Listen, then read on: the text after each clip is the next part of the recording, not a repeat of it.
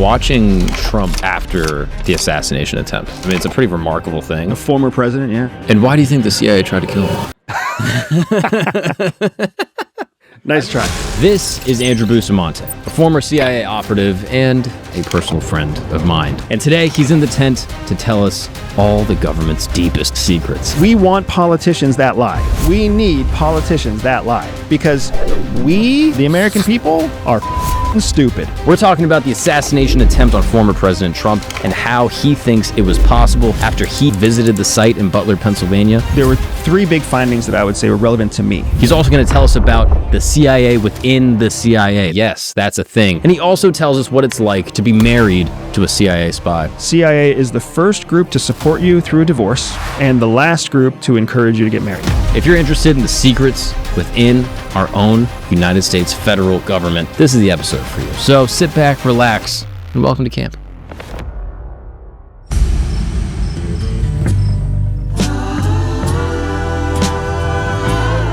Andrew Bustamante. How are you, sir? Dude, I am so excited to be here right now. Thank you, I had no idea that your set was this badass. Oh, thank you, man. This is actually awesome. I appreciate it. And if anybody didn't realize how awesome it is, it's a tent. Yeah. It's an actual, only it's not a tent. This is the tent that every, I was going to say 13-year-old. No, it's not it's it's what every 28-year-old wants. Yeah. Do you know what I'm saying? So I will say military guys are more excited about the tent than anyone else. For real? Because this is like Tent City tent, dude. This is the kind of shit that we used to sleep 6 or 8 guys in a tent like this. Right? Yeah. And then you got actual fake trees and leaves. You got a painted wall out here. Strippers. There's 3 strippers out there. A couple bad bitches up in the tent. You know and then there's a tree house. Yeah. A tree house with a pimp light and it looks like shag carpet on the walls. Exactly, dude. And everyone's always like, dude, you got to film something in the treehouse. And I go, not everything needs to be content. That's for you. Not everything needs to be commercialized. We don't need to make money on everything. That's what the strippers are. That's they're exactly midget right. strippers because it's a small, it's very small tree house. Yeah, exactly. And they're actually elves. We call them elves when they're in a tree. But and naked, yeah. Exactly. But I was like, I don't know. I do think that the best human communication occurs in nature. I think that's ultimately where we come from. That's where we're going to go. That's, ash to ashes, dust to dust. I think we all have like a respondence to nature. And so as a result, I was like, how do we create nature in the middle of Brooklyn? So there's real science behind that too, man. Yeah, I know. I think it matters. I don't know. I'm kind of a believer that like the two are sort of inseparable. That, I don't know. To me, it's like, oh, I want to have like a romantic evening, but like I don't want to go anywhere.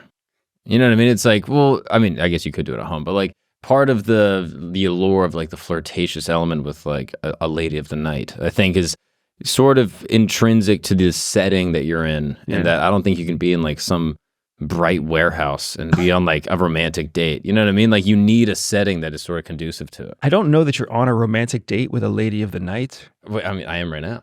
You know what I'm saying? Podcast is sex. Like people don't trust me. It is, all right? So I've got to say that, since we met on Flagrant. Yeah. And since we've met, I've really come to appreciate the personality that you have. Literally, like the scientific personality that you have. Oh, thank you. Because if you remember, that's one of the first things that you and I talked about. Was being able to measure empirically your personality traits. I did that personality test you sent me. I remember. And we talked about it the next time I saw you when I saw you down in Florida. And then again when I saw you guys up here in New York. So like I've really come to appreciate. I love the fact that you, as an artist, as a creative, as a comedian, you are interested in the why. Because what happens a lot of times is artists aren't interested in the why. People of your personality type, introverted, artistic, sensitive types, right? Which I know sound all very masculine and manly to you. True. Generally, the why is not what's interesting. It's more about the how. Like, how does it feel? Yeah. How do I use it? Like, yeah. Not the why is it that way. But it seems like for you, there's a healthy dose of like, why? Why am I the way I am? Oh, absolutely. Why does the universe work the way it works? Right? And it's funny because I'm a why person too. Even though we are very, very different empirically, personality-wise, I am also a why person. Why does it work the way it works? Why does it happen to me the way it happens to me? Why does it happen to you differently than it happens to me when it's the same thing? Yeah, I think religious underpinning for me growing up was a lot of why. Because I think like thinking about God and like how we got here and why we're created and what our purpose is. Like I found that like through growing up in a very religious household that was very like academically religious, a lot of the questions were sort of surrounding why. So for me, it was about authority. Like, why does this person have power over me? Why do I have to listen to them? That's so funny. I don't have that at all. For real? I don't have like the anti-authority. Like, I look at a priest and I feel sorry for them. I look at a teacher and I'm like, you're an asshole. Like that's I look at a general and I'm like, you're a dickbag. I look at what a nurse and I'm like, how did you make that choice? Yeah. What about cops? So cops are a different story altogether. So cops land on my like, thank you for what you do because I don't ever want that job. Yeah. That's where I live now. Mm-hmm. But that's only because I've seen how their universe works now. Oh, yeah. When I was a kid, I was like, oh, well, when I was really little, cops were cool. Mm-hmm. And then when I was like a teenager, I was like, oh, cops are just there to rain on your parade. These are guys and gals, but when I was growing up, they were mostly just guys. Yeah. You're like, oh, they don't get to have any fun and they're just here to end my fun.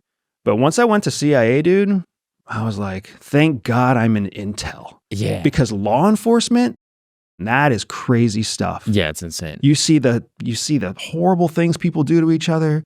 You see the bullshit that shows us that we are still animals. Like law enforcement officers, whether they're at the state level, the county level, or the federal level, that is a job I respect. What's up, guys? We're going to take a break really quick because I'm coming on the road. That's right. Pottstown, PA. Friday, November 8th, 2024, I'll be at Soul Joel's. You can come see me do 1 hour of stand-up comedy, nothing more and nothing less. It's going to be an amazing time. If you're not near Pottstown, don't worry because I'm coming to Stamford, Connecticut. I'm going to New York Comedy Club. That's right. They have a bunch of amazing clubs in the city and also an amazing one in Stamford, Connecticut, November 13th. If you want to come hang out, come hang with me, say what's up. I'll be talking to everybody after the show. We'll be doing an hour of comedy, guys. Stand-up comedy. It's my passion. It's what I love to do when I'm not inside this tent. So come kick it with me. Bunch of crazy stories. We'll have a great time. You can find the link at my Instagram. Get it in the story. I'll put it in the description. I can't wait to see you guys there. Let's get back to the show. Hey guys, really quick. Did you know that on this day in history in 1582, Pope Gregory introduced the Gregorian calendar, which most of the world still uses today? Or that in 1957, the Soviet Union launched Sputnik 1, the first artificial satellite, into orbit. This event triggered the space race between the USA and the USSR. I learned these facts pretty recently, actually, on the S'more Camp newsletter. That's right, S'more Camp, the inner sanctum. For this kind of show, we do a ton of research. I have different researchers and friends that help me find information, and not everything can make the episode. Either it's like too crazy, it's too like weird or gory, and it will get demonetized on YouTube, or it's just additional and it doesn't always make it, but it always makes it into the S'more Camp Inner Sanctum newsletter. So if you are interested in expanding your mind, learning new information, and being the most interesting person into every room you step into, check it out in the description or this QR code right here. Now let's get back to the show. But yeah, I don't know. I never had that anti-authoritarian streak. So what is your relationship with authority now? I'm like, this is the whitest thing about me. This is genuinely, no question. If any black people listening are going to hear this and they're going to be like, they're going to think I'm joking. I'm not joking. Okay. If I go to like a music festival or some type of large public gathering and I see 3 or 4 police standing there, I look at them and I go, oh, thank God. I swear to God. Like, I love cops. I think they're cool. They've always been nice to me. I've never been shot. You know what I mean? Yeah. So I look at them and I go, sick, some cops are here. I'll make sure I don't do anything illegal and they'll love me. You know, like it just never crossed my mind that like it could be bad. So you made a joke about the whitest thing about you. I'm constantly learning and I think you might dig this. Totally derailing the conversation though about law enforcement. I thought you were gonna one up me and be like, actually, this is the whitest thing about you. Like, you're wearing sandals and socks. I'm like, fuck, you got me. I think that makes you browner than white. Oh, maybe. Yeah. Because if you go anywhere in the Middle East, like socks and sandals are the thing. Yeah, that's actually a good point. It's pretty funny. I think Asians do that too. Yeah, they even have a sock with built a spot for the for the thong. We stole that from them. There we go. Yeah, that was cultural appropriation. All the way back, Asians. Yeah. All the way back to like imperial Japan. Yeah. So I recently found out that black and white are actually recognized. Well, technically, black is the only recognized official term. White is not a recognized term when discussing a human being. So to say that a different way, when you look at college writing guides and political discourse guides, I just did it last night because the Democratic National Convention just started, and they kept talking about black people. So the DNC, very political event, they're nominating Kamala Harris as the new presidential candidate for the Democratic Party. They kept talking about black people this, black people that, black people this. I grew up where you called everybody African American and black was an inappropriate term. Oh, really? Do you remember that or no? No. Where it was inappropriate to call somebody black. That's hilarious. So then I Google it and I'm like, what is this? And all these official guides have capitalized the term black, like capital B, lowercase L-A-C-K. So what that means is in like a college text or an official legislation, you can say black people, whatever. It's a true term, just like you would call somebody American or you would call somebody African or you would call somebody Ukrainian, right? Black is a term, but white is not. There is no capital W-H-I-T-E. You can't call people white. There's no term. What? There's no term. There's no term. And actually in the guides themselves, it says black people need to be recognized as a subset because there's people of dark colored skin that are not from Africa. Yeah. Jamaicans, right? Well, Southern Asians. This is what happened. I was what was it, 5th, 6th grade maybe?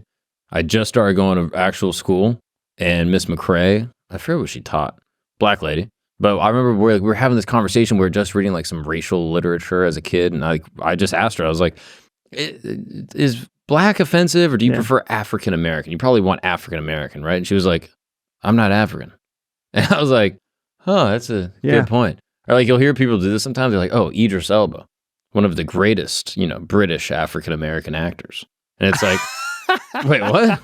He's not African or American. Like he's what? So what are we talking about? So that's where I'm like, oh yeah, I never used that term, and I just had like 3 black people, and I'd be like, just say black. I'm like, all right, fine. Yeah. But I assumed white would be a thing. But it is not. So the term Caucasian, the term white, when you capitalize either of those terms, the stated reason is that it brings legitimacy to the racial history of the United States because slave owners capitalize the word white, anti-Semites capitalize the word white, members of the Ku Klux Klan and other parts of white supremacy groups capitalize the word white. So by not capitalizing the word white or Caucasian, we are preventing ourselves from legitimizing the claims of previous people who did exercise racial abuses. Interesting. So it is one of those interesting things. So for me, I didn't have black authority figures to enforce on me that other than Bob Marley. Other than Bob Marley, capital B, Bob. But yeah, dude, it was wild because, here I am 44 years old and I'm learning new shit. And that's something that you learned in 5th grade. But it's still new to me. That's a decent point. But also you don't have to learn it because you're every race combined. You know what I mean? Ambiguously brown, forgettable character. Yeah, exactly. So you can be any race. It doesn't even matter. Like you could be half black easily. You kind of look like Kamala Harris, actually, now that you bring it up. I appreciate it. She didn't get married till she was 49 years old? No. Yeah, dude. How old is she? She's like, 50-something, 54, somewhere in there. Yeah. She might be older than that. That's wild. Married at 49 to her husband had 2 children with a previous family. So, again, I'm not big into politics. But it's publicly. It's the DNC, man. It's like one of the biggest, most important races of our lifetime happening in the White House right now. So Kamala Harris, because you can't call her the wrong name. I always get that mixed up. Kamala Harris, she is part Asian, part black, which means these are the 2 largest minority groups growing in the United States today. She is without children. 33% of women have not had children, right, in the United States. She is historically been an advocate for abortion rights, women's rights, et cetera, even since she was, young and growing up in California. She's married to a man with 2 kids, which makes her the mother in a blended family, which is the fastest growing family type in America. And she is more than 2 different races mixed together, which is how like 28% of Americans identify. So when it comes to politics, and when it comes to what people on the Democratic Party line care about, she basically hits every box. She's like an AI candidate. Yeah. Like they asked ChatGPT, they're like, who do we need? Who can you create here, yeah, right? Exactly. That's a good point. Isn't that wild? And she's a cop. Like basically. You know what I mean? She's an attorney, yeah. Not literally, but like as a DA. And like was like locking up people for weed. So who else? Who else to go against a convicted criminal, right? A convicted felon running for president. Exactly. So then I can imagine a bunch of like, kind of like conservative Republicans be like, oh, she is a cop. She has thrown some black dudes in prison, so I guess we can look the other way. Capital you know what B. I mean? That's not, yeah, capital B. Like, you know what I'm saying? Like, she kind of hits everyone. That's pretty crazy. Have you been watching the any of the? It started last night. The DNC stuff. Correct. Yeah. So I watched a portion of it last night. I watched some of the speakers. AOC here in New York, representative for Queens. Yep. Phenomenal speaker. Phenomenal job. And I watched Hillary Clinton give her speech. I watched fucking Wackadoodle, the head of the auto union. Dude, I'm going to be honest. I'm apolitical, right? I wear a purple cape. I'm independent all the way through and through. When I watched the Republican National Convention, where Donald Trump accepted his nomination, I was like, these fucking people are crazy. Like there's some stuff that happens on the Republican side that you're like, are you even living in the same planet as everybody else? Cult vibes. It's like, weird. This is crazy. You watch the Democratic National Convention, you're like, this fucking shit is scary. Yeah. So it's like crazy on one side, scary on the other side. Because the head of the auto union starts walking, like he's up on stage in front of how many? Tens of thousands of people, right? And he's talking about taking down the elite rich and taking down corporate America. AOC gets up there and she's like, corporate America this and CEOs that, and anybody who makes too much money should be penalized, and we need an uprising of the middle class. And you're like, holy shit, like you guys are fucking scary. Yeah. Not to mention the fact that your donors are oftentimes coming from that same class of elitists that you're now talking to these folks to say that you don't believe in. That's why I don't believe it. If I hear someone that's like, hey, like whether it's Trump being like, we're going to drain the swamp, or whether it's AOC being like, we're going to get rid of people that make, $200,000 a year. I'm like, the people that pay for this country, that fund everything, that make the wars happen, that make all of us have a great lifestyle, they're not going to let this happen. Yeah. You know what I mean? Like we are, like America is sort of supported. The backbone is this corporatocracy that exists here, for better or for worse. We are a capitalist nation with a strong corporate lobby. Yeah. I don't think that these corporations are going to let you just dismantle their regime. Rightly or wrongly, I'm not saying that we should or shouldn't, but I just don't see it happening. And so anytime I hear this rhetoric, I'm like, either you are lying to get elected, because you're still going to be taking this, corporate Silicon Valley money or whatever it's coming from, or you don't know that you're lying and you think you're trying, but it's not going to work. I'm like, it's one of the two. They know they're lying. They must, right? AOC stood up there and started talking about how she valued her experience as a waitress in Queens serving omelets. Yeah. And then she was like, and I have Republican critics who tell me that I should go back to serving omelets, right? And the audience started booing, and she's like, here's the truth. There's nothing wrong with working for a living. I was like, AOC, you get to vote on your own salary right now. You make $250,000 a year, and you can vote in your own promotion. Yeah, you're not going to go back to tips. You're not going to go, you're not the working class anymore, dear. I just want to throw that out there. You have people below people who actually read the legislation that you sign off on. Yeah. You are not part of the working class. You're not even part of the middle class. Yeah. Like you are now part of the very same elite class. And she started the whole thing by being like, 10 years ago, I was a waitress. And I'm like, that's because fucking you've been reelected 5 times. Yeah. So you're having a great political career. Yeah. And rightly so. I mean, you're talented. You're on the stage of the DNC, which means you're being primed to be a future candidate for president. Yeah. So it's just, I'm like, oh, this is. Yeah. The political theater is so crazy. But it's to your exact point, right? Like, are they lying to themselves or are they lying to the public? They're all lying to the public. Mm-hmm. Because what you said is exactly right. The corporatocracy that creates the United States is what drives the U.S. economy. Mm-hmm. The U.S. economy is the measure of success that defines a global superpower. Mm-hmm. If the corporatocracy declines, the economy declines, military spending declines, innovation declines, investment in both social and capitalistic endeavors declines, the United States as a superpower declines.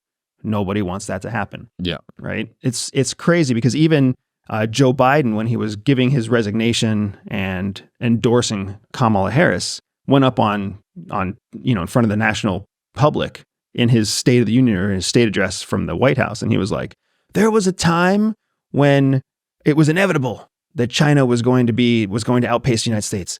And now that's just not true. Because even at that level, Democrats and Republicans alike both know we cannot let a country like China grow their economy to the place where they place a threat on global order. Yeah. And this is why I'm interested in like geopolitical affairs, because I feel like once you kind of get outside the US more or less, like things become much more bipartisan. You know what I mean? Like even looking at like, you know, foreign policy in the Middle East, like kind of both parties are sort of in lockstep, even though one of them's trying to repress it a little bit more. But in general, I'm like, yeah, it seems like there's a little bit more harmony amongst the parties, and that it's all the culture war shit in America that people fight about. That's completely bullshit. That doesn't matter at all where anyone pees. Like it's all. I'm convinced that this is like a foreign Psy-Op, like all the culture war shit. We can talk about that, but I'm curious watching Trump walk into the RNC after the assassination attempt. But last time I saw you, Trump had not tried to be assassinated. Yeah. And then now he has. I mean, it's a pretty remarkable thing. Yeah. And pretty rare in the scope of, you know, U.S. history that a president would get shot. A former president, yeah. Yeah, I mean, he got hit with a bullet. Like, that's crazy. And then he seemed shook.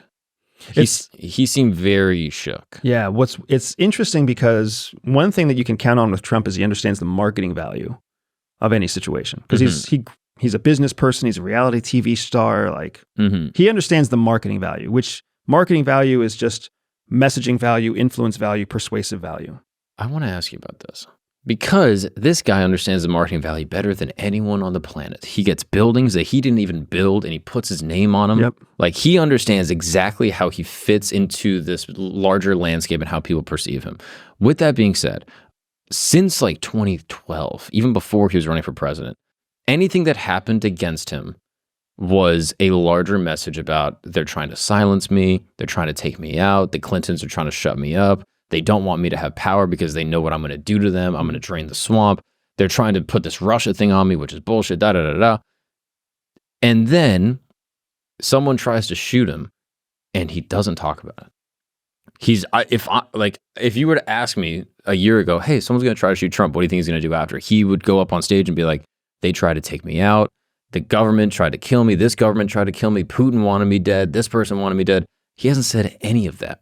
And that leads me to believe that he's a little concerned and a little shaken from the whole experience. And I think he understands the reality of what actually happened to him. So when I was at CIA, there was a brief period of time where General Petraeus became the director of CIA.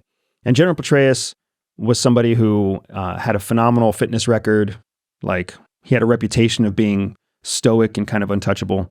So CIA went through a process of vetting all of its officers to find out who would be qualified to exercise with the general, because he couldn't exercise with his friends because they didn't have clearance. So he would travel the world, and some of our officers in different parts of the world would have to travel to train with him, so that when he landed in London, he had training partners. And when he landed in Germany, he had training partners, or Africa, he had training partners, or Australia, he had training partners. So I was identified as one of his training partners when I was deployed in Southeast Asia. Oh, sick. It was pretty cool. So I got a chance to train with him. He would kick my ass every time. Like really? He was an old, like 60-something-year-old man. He would out push up me, out sit up me. He was a machine, physical machine. Totally, yeah. All the rumors are true about his physicality. However, I will say he did the exact same workout every day. So he had a little edge. So he had an edge, and he's been doing the same workout since he was like 38 years old. So it's just hard to keep up with a guy who's got that kind of muscle memory. Either way, I had this conversation with him where I was like, you know, why is it that people are so focused on your physical fitness all the time? I was like, when you were in charge of all of CENTCOM, when you were in charge of the entire like military conflict through the global war on terror, it was like when you were deciding what we were going to do in Iraq, why was everybody talking about your physical fitness regime? Like, why did every troop in your command talk about that? And he told me, and I was like, they talk about it, but you don't talk about it. I was like, why don't you talk about it? And he told me that one of the key pillars of influence for a leader is an understanding when you need to let the myth speak for you. And I think that's what you're seeing right now with Donald Trump. Really? Let the myth speak for you. Because as soon as you say something, you're actually taking power away from the public like subconscious as it grows out of control. And you start to be the one that limits it. And the fantasy can be much greater than the reality of what happened. I was talking to a movie director not that long ago. We've got a book that we're trying to get through CIA's review process so that we can get our book out. I was telling you about this on Flagrant too. It's still in motion, but our film rights were up for sale. So we've taken bidders. We've successfully sold film and TV rights to our story, even though our story can't be published. Damn, that sucks. But I was talking to a movie director who was explaining to me, why is it that most new directors create low-budget horror films first? Have you heard this before? Have I told you this before? Mm-mm. So why is it that most new movie directors create low-budget horror films first? And he was like, because it's cheaper and scarier to film an open door to a dark room than it is to film an open door to a dark room with a monster in it. Right. This is Jaws. It's every horror movie out there, because once you can see the scary thing, it's less scary. But when it's just a black door, like an open door to a black room, we fill in the scariest thing in our minds into that door. And that's a big production company inside your head. Yes. Billions of dollars that's making that movie. So you let the myth speak for you because it speaks louder. I'm with you, but at the same time, I'm like, when has Trump ever let the myth speak for him? You know what I mean? Like, I just don't see that in the character of this guy. And he's already 100 years old, and I don't think he's changing. You know what I mean? Like, he is who he is. He's always let the myth speak for him, man.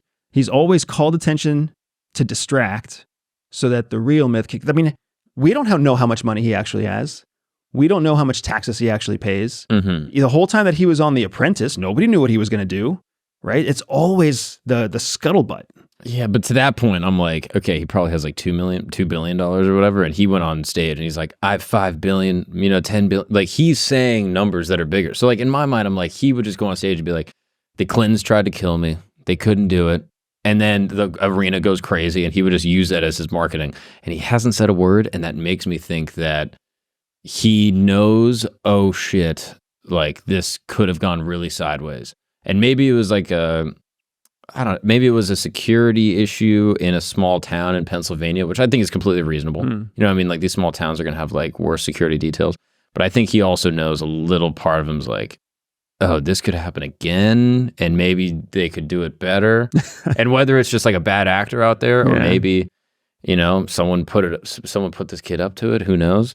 But part of me wonders if he's like a little shaken. There's also going to be an element of, if you're going to play that card, when you play that card, right? Mm-hmm. So if you're going to play the card, and here's the thing, like, there could be zero evidence to substantiate that any American organization had anything to do with it, right? Like, you've joked about the Clintons. Mm-hmm. There could be zero evidence to substantiate it, but if he makes that claim in the last 3 weeks before the election, it plays different than if he makes that claim now 3 months before the election. That's a good point. Right? So you never know what they're keeping in reserve too. That's a campaign manager thing. Keep in mind also, you haven't seen any Trump hate ads against Kamala Harris, but you've seen hate ads against Donald Trump funded by Kamala Harris. Yeah, it's interesting. And the reason for that is twofold. One, because all of the budget that the Republican Party put into supporting Donald Trump was attack ads against Joe Biden. Mm-hmm. So when Joe Biden said, I'm not going to run for president, all that money, all those ads all went obsolete. Yeah. So they had to now create a campaign, a strategy, and then create ads to go against Kamala Harris. Which is exactly why you saw Kamala Harris was endorsed by Joe Biden. Within 10 days, you started seeing Kamala Harris ads everywhere. On YouTube, on TV, in magazines, everywhere, right? Her promoting, trying to get fundraising, et cetera, et cetera. You saw it everywhere, but you saw nothing from the Trump campaign.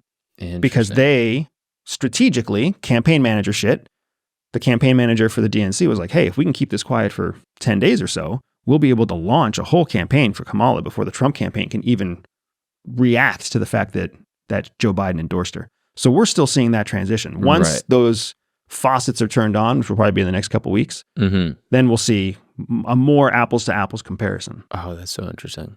Do you know if it's confirmed that a bullet actually hit Trump's ear, or was it glass fragments, or was it like a rupture? From my understanding, it was confirmed that it was a bullet. I just don't know if multiple different entities confirmed it, right? I think I've heard that the wound the wound shape and form was consistent with the bullet. I'm pretty sure I have also seen still shots where they captured the bullet on both sides of his head. Yeah, I saw that. That's crazy. Yeah. So that's the only thing I have there. I haven't researched it closely, but I mean, it's crazy. I did get a chance to actually go to Butler, Pennsylvania, be part of an investigative crew to look at what happened the day that Donald Trump was shot. Really? And it's fucking crazy to be there in person, to see how small the space was, to actually see the different barn towers where the counter snipers were sitting, to see there was a slight obstruction from one of the towers towards where Tom Crook was shooting from. Mm-hmm. To actually see the roof that Crook climbed up and see the path, how he climbed up it. And then to think of the fact that it was like a 98 degree day, 110 degree heat index day, and he's laying on top of a metal roof trying to stabilize a iron sight AR-15 with his glasses on.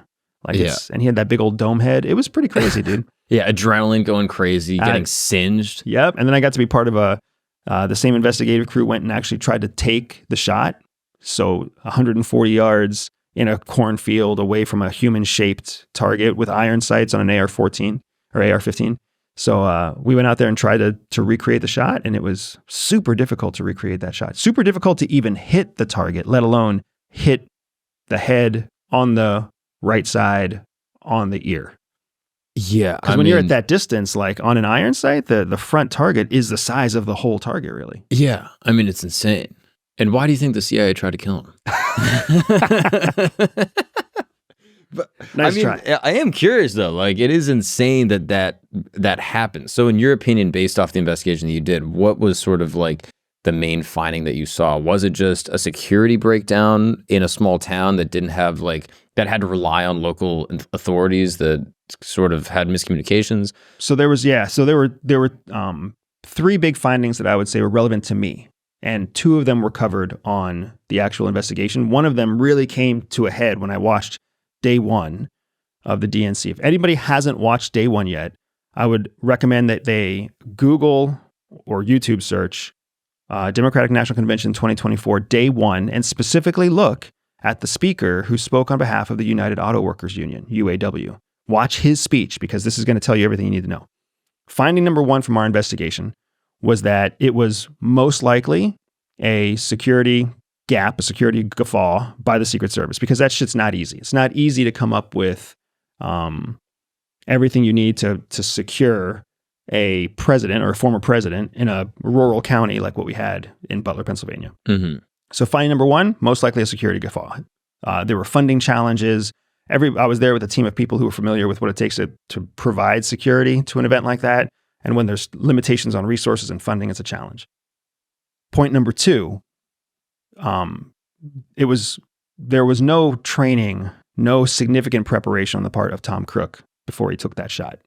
He didn't have an escape route planned. He climbed up on a tin roof, with no escape route.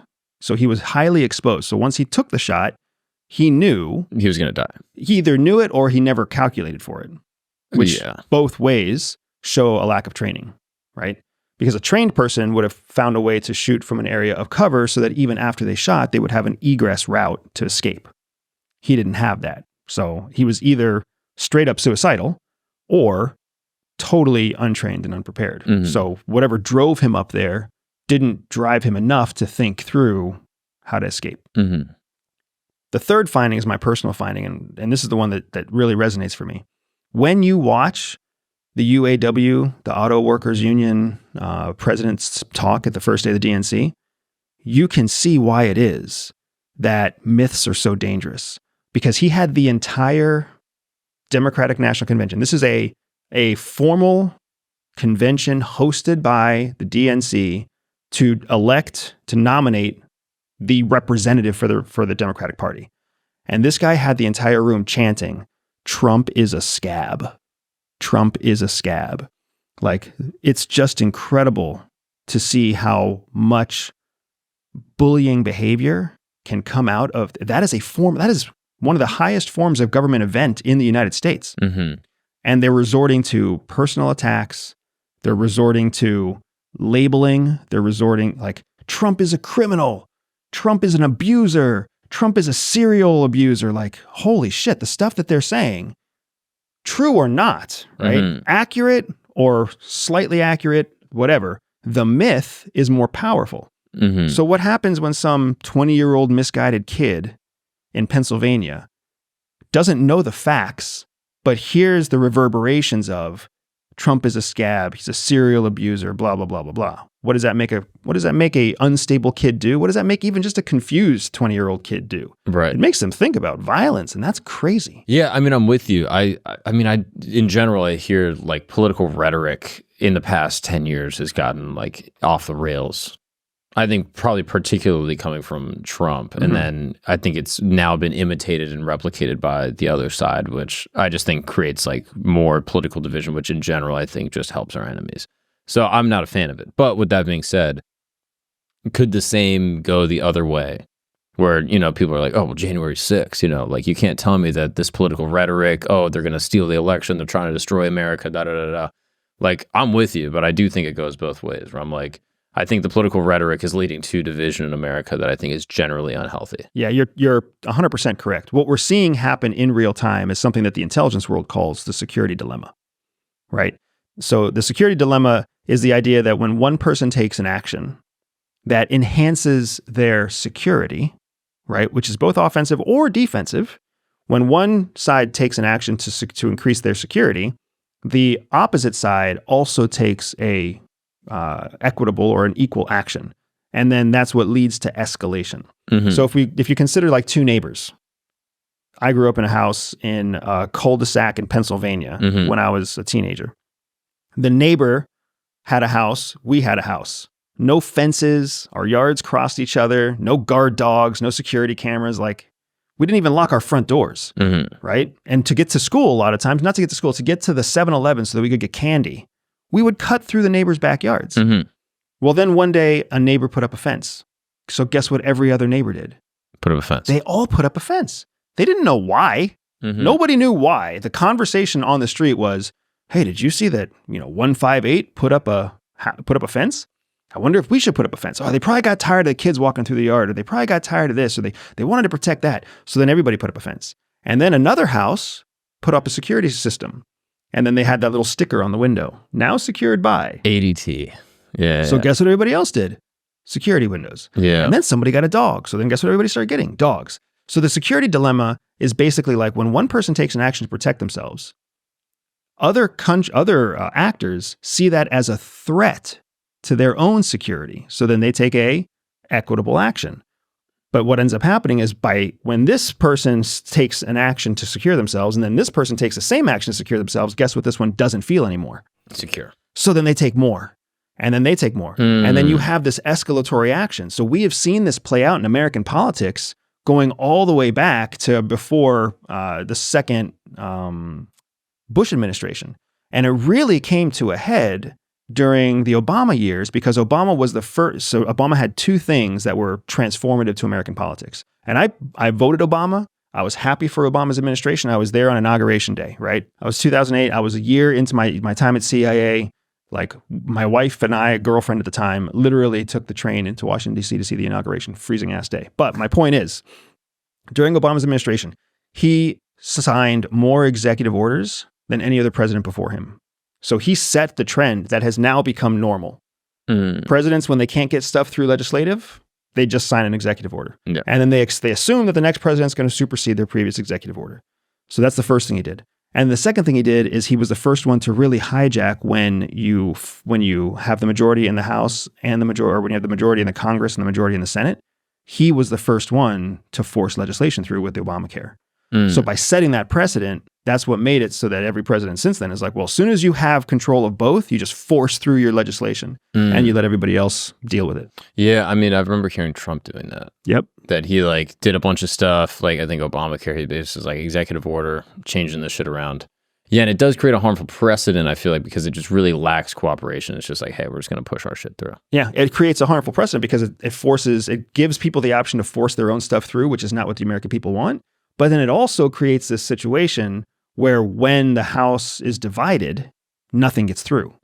Everybody just puts a full stop. So you've got this Either we find our way around legislation or we freeze all legislation. And that's not moving us forward. Yeah. Hey, what's up, guys? We're going to take a break really quick because you should be able to access the entire internet, no matter what country you're in. And furthermore, you should be able to protect the things you're searching on the internet and the people you're talking to, because who knows what type of scammers are out there trying to access your data. Who knows who's spying on you? Maybe it's the government. Who knows? All right. Just protect yourself and get access to the full internet. And the best way to do that is with Proton VPN. That's the VPN I use. I'm telling you, sometimes I'm traveling, I'm on the road, I'm in Europe, I'm in Australia, we're in Abu Dhabi, and I can't get access to all the shows that I watch on Netflix. I can't get access to all the YouTube videos that I normally watch because they're only available in America, or vice versa. You know what I mean? Maybe you're in America and there's shows on Netflix in Europe that you can watch, but you can't watch all of them. You have to download 6 different apps, But now with Proton VPN, all you got to do is download the VPN. It's super easy to use, super intuitive, and you're going to get access to the entire internet. And not only are you going to get access to the entire internet to watch all the shows you want, you're also going to do it safely and perfectly encrypted and private. I'm telling you, this is the best VPN. It was founded in 2014 by a bunch of guys I met at CERN in Switzerland. I mean, these are smart dudes that are interested in privacy and giving people access to everything the internet has to offer. So if you're interested in getting access to the full internet in a safe and untracked way, you're going to check out protonvpn.com/campgagnon. That's right, protonvpn.com/campgagnon, Gagnon. And the viewers that use that promo code will get up to 64% off when you use the promo code. Now let's get back to the show. What's up, guys? We're going to take a break really quick because, as you can see, there's a lot of nice hair on this program. Me, my dear friend Andrew, we both have luscious curls, all right? And if you're interested in taking better care of your hair, you can check out MD Hair. MD Hair is an amazing service that delivers high-quality products right to your door. And with MD Hair, they're going to be able to assess you and give you a customized package directly to your door for exactly what you need. With that first order, you're going to be getting customized hair wellness supplements, a customized treatment shampoo,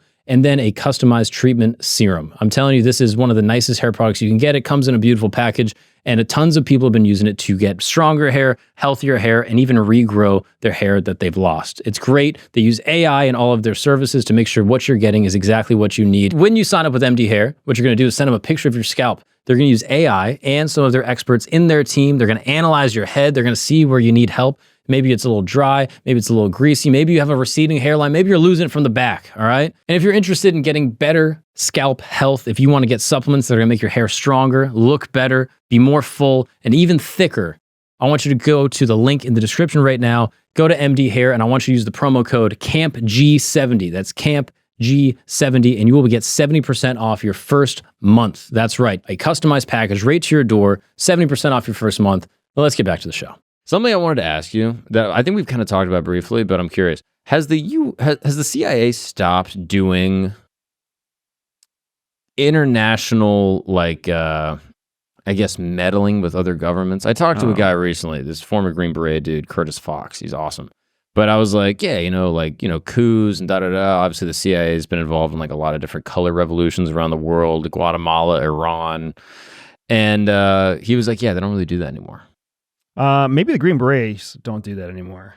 So there's a couple things that are at play here, right? First, the nature of how the U.S. federal government meddles in foreign affairs or foreign elections, that nature has changed significantly since 2001, since 9/11. And we've talked about pre-9/11 CIA, post-9/11 CIA. That's the turning point. That's the turning point. So after 9/11, Congress got all up in CIA's skirts because CIA failed to prevent 9/11. So fair, right? And part of the thing, one of the big changes was that there's a ton of oversight now for CIA. So CIA, FBI, NSA, Homeland Security, all of the alphabet soup, they all now have a ton of oversight from the U.S. Congress.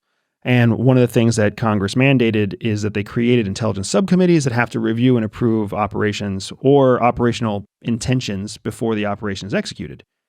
But the thing is, there are very real implications to who becomes the next president of Russia, the next president of China, or as we've seen, those presidents don't change, but also who does win the election in Iran, who does win the election in Venezuela or Argentina or Brazil. So the idea that we execute coups and execute assassinations in order to ensure that American interests are met, that has gone away. We don't take that kind of action. By political commitment to the intelligence subcommittees, we don't take that kind of action. However, we still meddle. There's still cyber activity. There's still covert influence ops. There's still the funding of both parties, meaning like when you've got an opposition party and an incumbent party, when you have those two parties, we'll fund activities in both to create chaos. That's essentially how covert influence is executed worldwide by top tier countries. It's exactly what Russia does to us. That's what we're seeing right now. It's what we saw in 2016, right? They will find divisive topics. They will create, for Russia at least, they will create bots on social media accounts that then create new content, fake news, viral clips, et cetera, videos taken out of context, AI, deep fakes. They'll create whatever to foment opposition on both sides. Mm-hmm. And that chaos is essentially meant to undermine our democratic process. So that's the strategy, and that's how we meddle. Green Berets are unique because Green Berets are the Army's indigenous combat capability, meaning you send 2 Green Berets into a country. In that country, those Green Berets are supposed to train, equip, organize, and structure their guerrilla forces to carry out their own internal revolution. So to your point about meddling, the Green Berets are exactly the kind of tool that we use to execute meddling. So if the Army has been using less Green Berets for that purpose, that's a fair point that only a Green Beret can speak to. But when it comes to the overarching national security interest of meddling in foreign affairs and foreign election cycles and foreign powers, we have not turned that off by any means.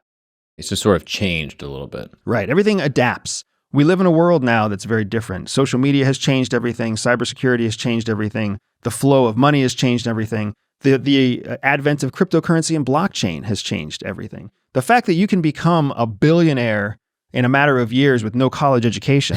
It's pretty wild. That's wild stuff, yeah. Man. So we can't keep doing national security business the same way we've done it in the past.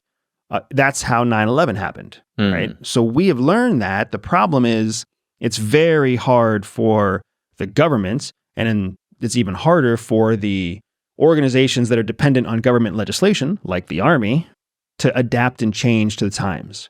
So there's this drag effect, delay effect, where you and I are living in a business world that's dated 2024, using computers and software systems that are up to date and resilient.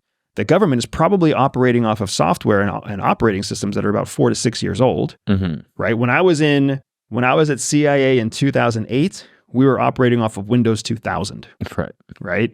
So, I mean, there were even still units that were operating off of Windows 98 in 2008. Wow. Because there's a lag effect.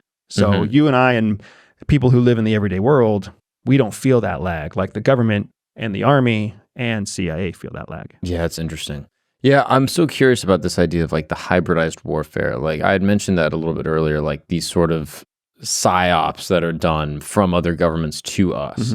And I'm kind of a believer, and maybe I'm too cynical, but like anytime I see like some major cultural moment happening in the United States that doesn't really seem to have any bearing on anything or anything that matters. And again, not to say that these issues aren't important, you know, whether it's like some protest or something, but I just see these things and I go, oh, who does this benefit? And it seems like it always is benefiting some type of foreign power. And it seems like, again, to me, I had this guy, Ryan Macbeth. I don't know if you're familiar with him. He's an analyst, cybersecurity guy. He works at a big government contractor, and he was telling me that he sort of did a thing as an experiment just to see if he could make it work. He started finding the profiles, like the demographic profiles of people that were generally in support of the Palestinian protests. And he found that they were like women of a certain age, of a certain income bracket, and he started targeting them with ads to try to shut down a breezeway or a highway in Baltimore. And it's basically like, I wonder if for under $1,000 I could get 50 people to want to shut down a highway. And according to him, he was like, I successfully amassed the people into a WhatsApp group or a Telegram group and basically just had to pull the trigger. And then he deleted the whole group before he actually did it. And he just used it as a case study to say, like, for under $1,000, I was basically able to create a digital weapon. And if I'm able to do it for $1,000, what can any other country do with unlimited money on our free channel? So I'm curious, how frequently does that happen? And do you have any advice for me as far as discerning which things are legitimate problems that people should be considering, or just a Psy-Op from Russia? Yeah. So the first thing is that I'm glad that you had that guess. I'm glad that you made that discovery. Mm-hmm. That is old news. Mm-hmm. It should be old news, but unfortunately, there's a lot of people listening to where that is new news. Mm-hmm. That Russia, this is why Russia has been a paper tiger, to use the term that we identified in 2023, a paper tiger for so long. Because they've known this for a long, they are experts at covert influence. And that's what we're talking about. What your friend ran was a covert influence campaign, mm-hmm. right? It involved all the elements of targeting, messaging, persuasion, narrative, and all that was lacking was action, mm-hmm. right? So he created an entire covert influence campaign on his own as an experiment, which goes to show how easy it really is, how inexpensive and easy it really is. Nowadays, we do that using Telegram, Facebook, Instagram, TikTok, you name it. 50 years ago, it was the same thing. We would use newspapers, classified ads, pamphlets, leaflets, and junk mail. Mm-hmm. Like that's where when I was a kid, I'm 44 years old now. When I was 10 years old, there was no internet, there was no AOL disc that came in the mail yet. Like there was nothing. But that doesn't mean there was no covert influence. It means that covert influence was seeded with local newspaper articles. I mean, if you can think about it, think about how difficult it must have been for a local community or municipal or district journalist to come up with a story every week for the local rag that went out to 1,000 households every week. Mm-hmm. Multiply that across the entire United States, and now you can understand, like, all that Russia had to do back then was put an article on the International News Wire, which is just a one-way feed where all stories go from all journalists in the world. Mm-hmm. And some journalist in Ohio is going to pick it up and reprint it or republish it or repurpose it, reformat it, claim it as their own, or do research that pulls from that news wire to create a story that goes to 1,000 American households in Oklahoma. Mm-hmm. So that's the way it's always worked. It's always worked most effectively when you find a very cheap way of spreading what's called dis or misinformation. Dis meaning lies, disinformation is straight up lies. Misinformation is factual information that's interpreted with falsehood. Mm-hmm. So that like your name really is Mark Gagnon, but if I say, oh, your name is Mark Gagnon, it's based off of the Belgian Gagnon, that's misinformation. Right? I don't actually know what it is. It's probably not Belgian though. Right. French-Canadian. Close. Yeah, close enough. So you're exactly right where it's always, it's easy. It really is that easy. It really is something that could happen. And it is something that people need to be aware of. So now, how does the CIA deal with this? Because according to the CIA charter, you can't be doing covert ops on the American public. Right. That's so a part of it. So CIA doesn't do it to the American people. But can they investigate things like this? CIA cannot. That investigative branch actually falls to Homeland Security and FBI. So this is part of the fracturing of government. CIA's job is to collect secrets from overseas. FBI's job is to protect American interests here at home. Mm-hmm. So you can't really have FBI collecting secrets overseas. You can't really have CIA protecting American interests here at home. When there's crossover like that, they have to work together. But to your point, it's very, very difficult for the federal government to protect information in the United States because we are a freedom country. We have a freedom of information. So the way that they try to prevent it is essentially by putting legislation and political pressure on organizations, on companies like Facebook and Instagram, or they're all Meta, right? Mm-hmm. X, Google, Yahoo. They put the onus on them. And that's why you then start to see YouTube. Mm-hmm. That's why you then start to see those companies control the content that's published on their platforms. So I spend a lot of time talking to YouTube creators like you, and I know that you spend a lot of time making sure that your content does not violate YouTube's guidelines. Mm-hmm. Well, where do you think YouTube's guidelines come from? You think they're created by YouTube? No. YouTube has created their guidelines to make sure that no creator on their platform violates the government policy that controls YouTube. It's not that CIA is trying to control YouTube. It's that YouTube is that YouTube, which is owned by Google, is trying not to fall victim to a policy of legislation that prevents the kind of content it can publish, because then YouTube can be punished. That's exactly what you saw happen with Facebook. That's exactly what you saw happen with X. That's what you see happening across the board is this challenge where the company, the for-profit company, Meta, Google, X, is trying not to lose its revenue stream by having its hands slapped by the federal government because the creators on its user content-generated social media platform are creating content that stands in violation of U.S. policy that has been dictated to Yahoo. So as long as we have that kind of government oversight, you're always going to have content creators who are restricted, and they're restricted more than what the government wants to restrict them because the for-profit company has to protect itself. So from the eyes of YouTube, YouTube's like, do I really want to let somebody talk about conspiracies and run the risk of their conspiracy video pissing off the federal government? Or do I just throttle all conspiracy conversations and open the throttle on conversations that have to do with dancing teddy bears? Interesting. See, that's what I wonder sometimes with X, with Twitter. That, to me, it seems like there's a clear Psy-Op happening there, where I see so much crazy rhetoric, like anti-Semitic shit, pro-Hitler, Nazi bullshit, like crazy stuff that's posted all the time from kind of like random accounts that are sort of obscure, that don't have that many followers. And I'm looking at this saying, okay, is this a foreign government that's posting things to try to create chaos in the United States by creating like neo-Nazi factions that then are going to cause, problems? Is it done by the U.S. government or like special interest groups within the United States to create some type of leverage and pressure to have more, parameters on what can be posted on the platform? Is it possibly done by both at the same time? Or is it just actual anti-Semites that are on the platform that are just like posting crazy shit about Hitler? And then happen to only have 43 followers. Which is possible. Because they're anti-Semites. Yeah, exactly. Nobody follows that shit. Exactly. Or could it be all three happening simultaneously? Like, I'm curious if you've seen any of that or if you're familiar with this phenomenon and what you think it could be. Absolutely. So, and it gets to your second question, which was what can we do? What can you do? What can I do? What can the average person do to protect themselves against that influence? Because now that we know how easy and cheap it is to be influenced, and now that we understand that that the true throttle, the leash that's on creators isn't the federal government, it's actually the for-profit company that owns the platform. What can we do to protect ourselves from the information that is spread on those platforms that we consume? Mm-hmm.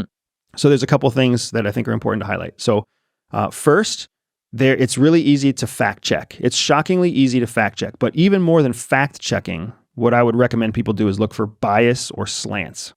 So if you type in the word bias or news bias, if you type in news bias filled with any news source, news bias, The Independent, news bias, The Guardian, news bias, Fox News, news bias, Christian Science Monitor. If you look up any of those news sources with the term news bias in it, you're going to get 3 or 5 different hits that are all very reputable places that will tell you how that news is biased, how it's slanted. It will tell you on several different indices. It will tell you whether it's left-leaning, right-leaning, far left, far right, or centrist. It will also tell you the quality of the reporting factually. So it will say slightly left, highly factual, slightly right, highly factual. Or it will say slightly left, not based in fact, far right, not based in fact, and a whole slew of different things in between. And it'll tell you that for foreign news sources like Al Jazeera, BBC, The Guardian. It'll tell you that for local news sources, even down to, your local CBS, Channel 14, Action News, Saskatchewan. Mm-hmm. You'll find it everywhere. So that's one thing I would recommend all people do to understand the news sources that you're reading from. So if you see a story posted online and it's posted by whatever news source it is, Hertz, Reuters, anything. Look up the news source. Just who is this news source? Who is this random news source in Kansas? Who is this random news source in the Netherlands? Who is this? And you can see what their bias is. Second, a process that we teach at CIA, we teach people to look at intentionally conflicting news, like look at 2 different news sources that are opposite and look for how they are covering the same story. Because all stories are covered from 2 different angles at least. And when you find your CNN and your Fox News are both covering the updates on some battlefield in Ukraine, where the two stories say the same thing, there's a high level of factuality there, high probability of factual reporting. Where the two news stories say different things, now you can't rely on that. The problem is that when you look at news that's coming from the same side, when you're a liberal progressive and you look at progressive news sources, even if you look at 4 different news sources, you run the risk of circular reporting. This is exactly what the conservatives fall into. This is the problem they have all the time. It is everybody, every progressive out there, every liberal out there knows conservatives fall into this trap. Conservatives don't realize they fall into this trap, but they do. And then liberals don't realize they also fall into the same trap. One news story that's carried by a leading news source is then repeated over and over again by all the other sub-sources. So Fox News says whatever, right? AT&T got hacked, 2.9 billion records got taken. Well, then every other smaller conservative news group will take that story, expand on it 5%, and publish it in their own journal. So journalistically, no one's vetting the original story. We call that circular reporting in the intel world. So then you have 5 or 7 or 12 different news sources all saying the same thing, all based off of the same original source, which has never been vetted. So that happens on both sides. So that's why it's important that if you want to really vet information, you have to be looking at 2 different news sources that don't have a reason to collaborate and don't have a reason to cooperate, and where they intersect, you can tell that that is where the truth is. Right. So by understanding the bias, you'll understand if there's factual evidence behind the source, and then by understanding the news source from that fact check, you'll be able to find more than one source that you can refer to find out if the news you're looking at is real or not. That's on the news side. Right. And this is editorialized media. Correct. But user-generated is kind of, to me, where the problems lie. It's where many of the problems lie. But the thing that often happens is that your social media users are sharing, posting, commenting on editorialized journalistic stories. Right. So like when White Mask 2012 says something in like 2 sentences, people are like, oh, thumbs up, thumbs down, that's pretty much it. But when White Mask 2012 posts a story that's whatever from some other source, that's the kind of shit that gets them 1 million views or 100,000 views or 200,000 views. That's true. They work in tandem. Correct. And you are exactly right that it's all it takes is an email address, a phone number, a SIM card. Doesn't even have to be real for a lot of these social media platforms to be able to give you an account. So it's very easy to create bots. It's very easy. And in many parts of the world, they're not bots. They're real people. If you look at India, Pakistan, Iran, parts of Eastern Europe, people are so desperate for a job that if you'll pay somebody $50 a month, they will create a genuine account with a real person, and they will post whatever the fuck you tell them to post because they're getting paid. It's a job for them. So that's exactly how you see a lot of Russian disinformation, a lot of Iranian disinformation, a lot of Chinese disinformation in Taiwan. That's how you see that stuff get spread. Real users just looking for a job. Right. But are you able to look at those accounts and be like, oh, this is not a person acting in good faith or like a genuine human that believes this, but someone that's paid? It's hard to tell if they're paid or not. But here's what I would say. You can tell a reputable user from a non-reputable user by looking at their account behavior. At least this is what we do at CIA. If you look at someone's account behavior, you'll start to see patterns. If you see that somebody only posts on Mondays, and what they post is either the re-forwarding of a story from 1 or 2 different news sources, or they're reposting some sort of comment that relates to a general theme, now you know that that's not a user that you can trust. That's not a genuine user. You can see that there's scheduling going on. They only post on Mondays. They only post between 5 o'clock and 7 o'clock. They only post forwarded stories from other news sources. That is a telltale sign that what you're dealing with is, just like we talked about, a paid human to act as a bot. So, a sock puppet, sometimes they're called. Yeah. So they they have a phone reminder that tells them every Monday at 2 o'clock, you should post something, and then the instructions are somewhere else. So look for that. The second thing to look for is look for the diversity of content that they are creating. Because if what you find is that somebody has a diverse amount of content, meaning sometimes they post sentences, sometimes they post links, sometimes videos, sometimes articles, sometimes just their thoughts, right? Now what you're seeing, especially if that doesn't happen on a schedule, you're seeing somebody who is actively utilizing the account. We call that utilization. So when you see high levels of utilization, that generally suggests that that is a genuine user. When you see low levels of utilization, meaning they post all the time, but they only ever post one type of thing. It's always forwarded news articles, or it's always the same 5 or 7, topics with restated in a different way. That's low utilization. Low utilization lends itself to artificial creation, AI, pre-programmed or pre-organized content that was given to them by a handler.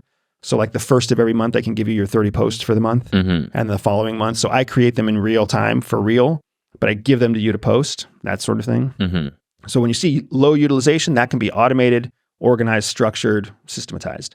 When you see high levels of utilization, very, very difficult to systematize high levels of utilization. So if you think about anybody in your family who uses X or Instagram or Facebook a lot, imagine how hard it would be to put them on an actual system where you're like, hey, I need to review your posts and your posts need to fit this requirement and they have to be posted at this frequency. Like it's very difficult to do that for somebody who's truly prolific in their posting. So when you start to see this, the nice thing about all of these platforms is it's very easy to look at the history because all you have to do is look at the user. If you just look at the profile, you'll see all of their history. And then you can see their patterns. And generally, you'll see a pattern if you look back at least 60 days. For truly ingenuine accounts, you'll see the pattern in like 10 days. You'll be like, this fucking person only does these 3 things. And what's nice is that you may not be able to identify intent, but you can definitely identify purpose. So fantastic example. I'm totally going to out him. My mom's current husband number 3, I think, or 4. Nice. Husband number 4 for my mom. Her current husband has an incredible bias. He's got an incredible bias. When you look at the history of his postings, he looks like a bot. He literally looks like a bot. You can see the pattern of repurposed story, handwritten post that emphasizes the same point from the previous repurposed story. Like you can see it on a schedule because you know when he takes his breaks from work, you know when his lunch hour is. Like he's a real human being, not being paid by anybody. Hilarious. But you can see the pattern of his bias and you can see that like this is not an individual who is well-rounded in terms of his views of the world and social requirements, et cetera, et cetera. Oh, that's so interesting. Yeah, I guess then it isn't kind of difficult to be like, wait, is this a bot or not?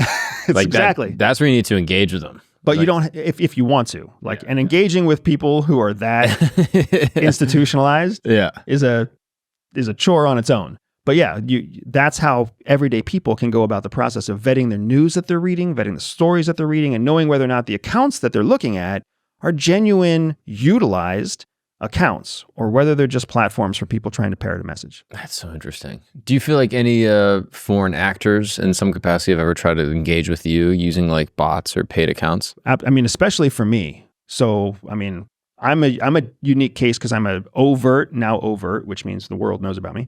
I'm an overt CIA officer that often talks about the problems with how the U.S. government handles foreign policy, domestic policy, et cetera.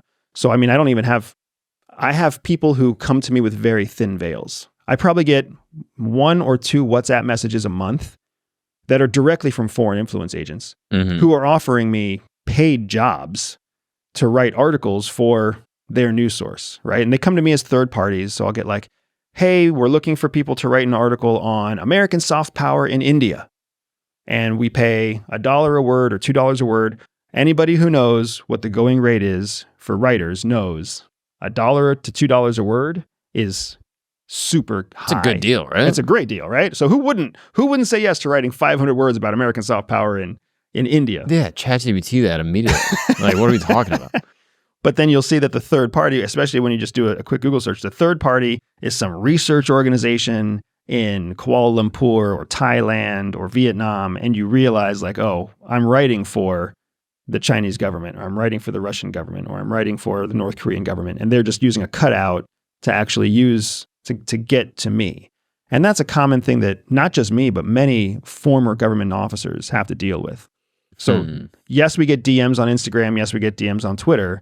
But like when you're that potentially valuable, they'll just go straight to a data broker. They'll go straight to AT&T or Sprint and just buy the records of every user looking for your name on that record. Wow.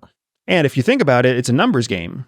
Like right now, CIA, the last number I heard, CIA loses one undercover officer a month. They leave, they quit, they resign, they retire. One a month. It used to be 2 a year, right? And now they lose 6 times as many people because people just don't want to work for CIA anymore. So when they lose one undercover officer a month, that means every year there's 12 new people out there, at least, who are available for work. So if they pull all the AT&T, Sprint, and Verizon records, they basically have every record of every American in the United States. We are now leaving CIA. There's a history of resignation, retirement paperwork, et cetera. Well, they've hacked OPM, the Office of Personnel Management. So now they cross-reference the two. They find all the names of that month or that year, and they just start sending WhatsApps to all of us.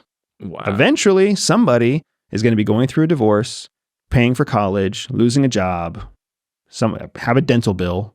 Something's going to happen where they say, yes, I'll write that article for $2 a word. Wow. That's interesting. I mean, that seems like a big intelligence gap. It is. And it's a major problem because what ends up happening is the only way that the federal government can actually, because the government can't monitor us because we're still American citizens. So they don't have the right without criminal liability. Mm-hmm. They don't have the right to monitor our Gmail accounts or our phones or anything like that. So they have to rely on us self-reporting when it happens.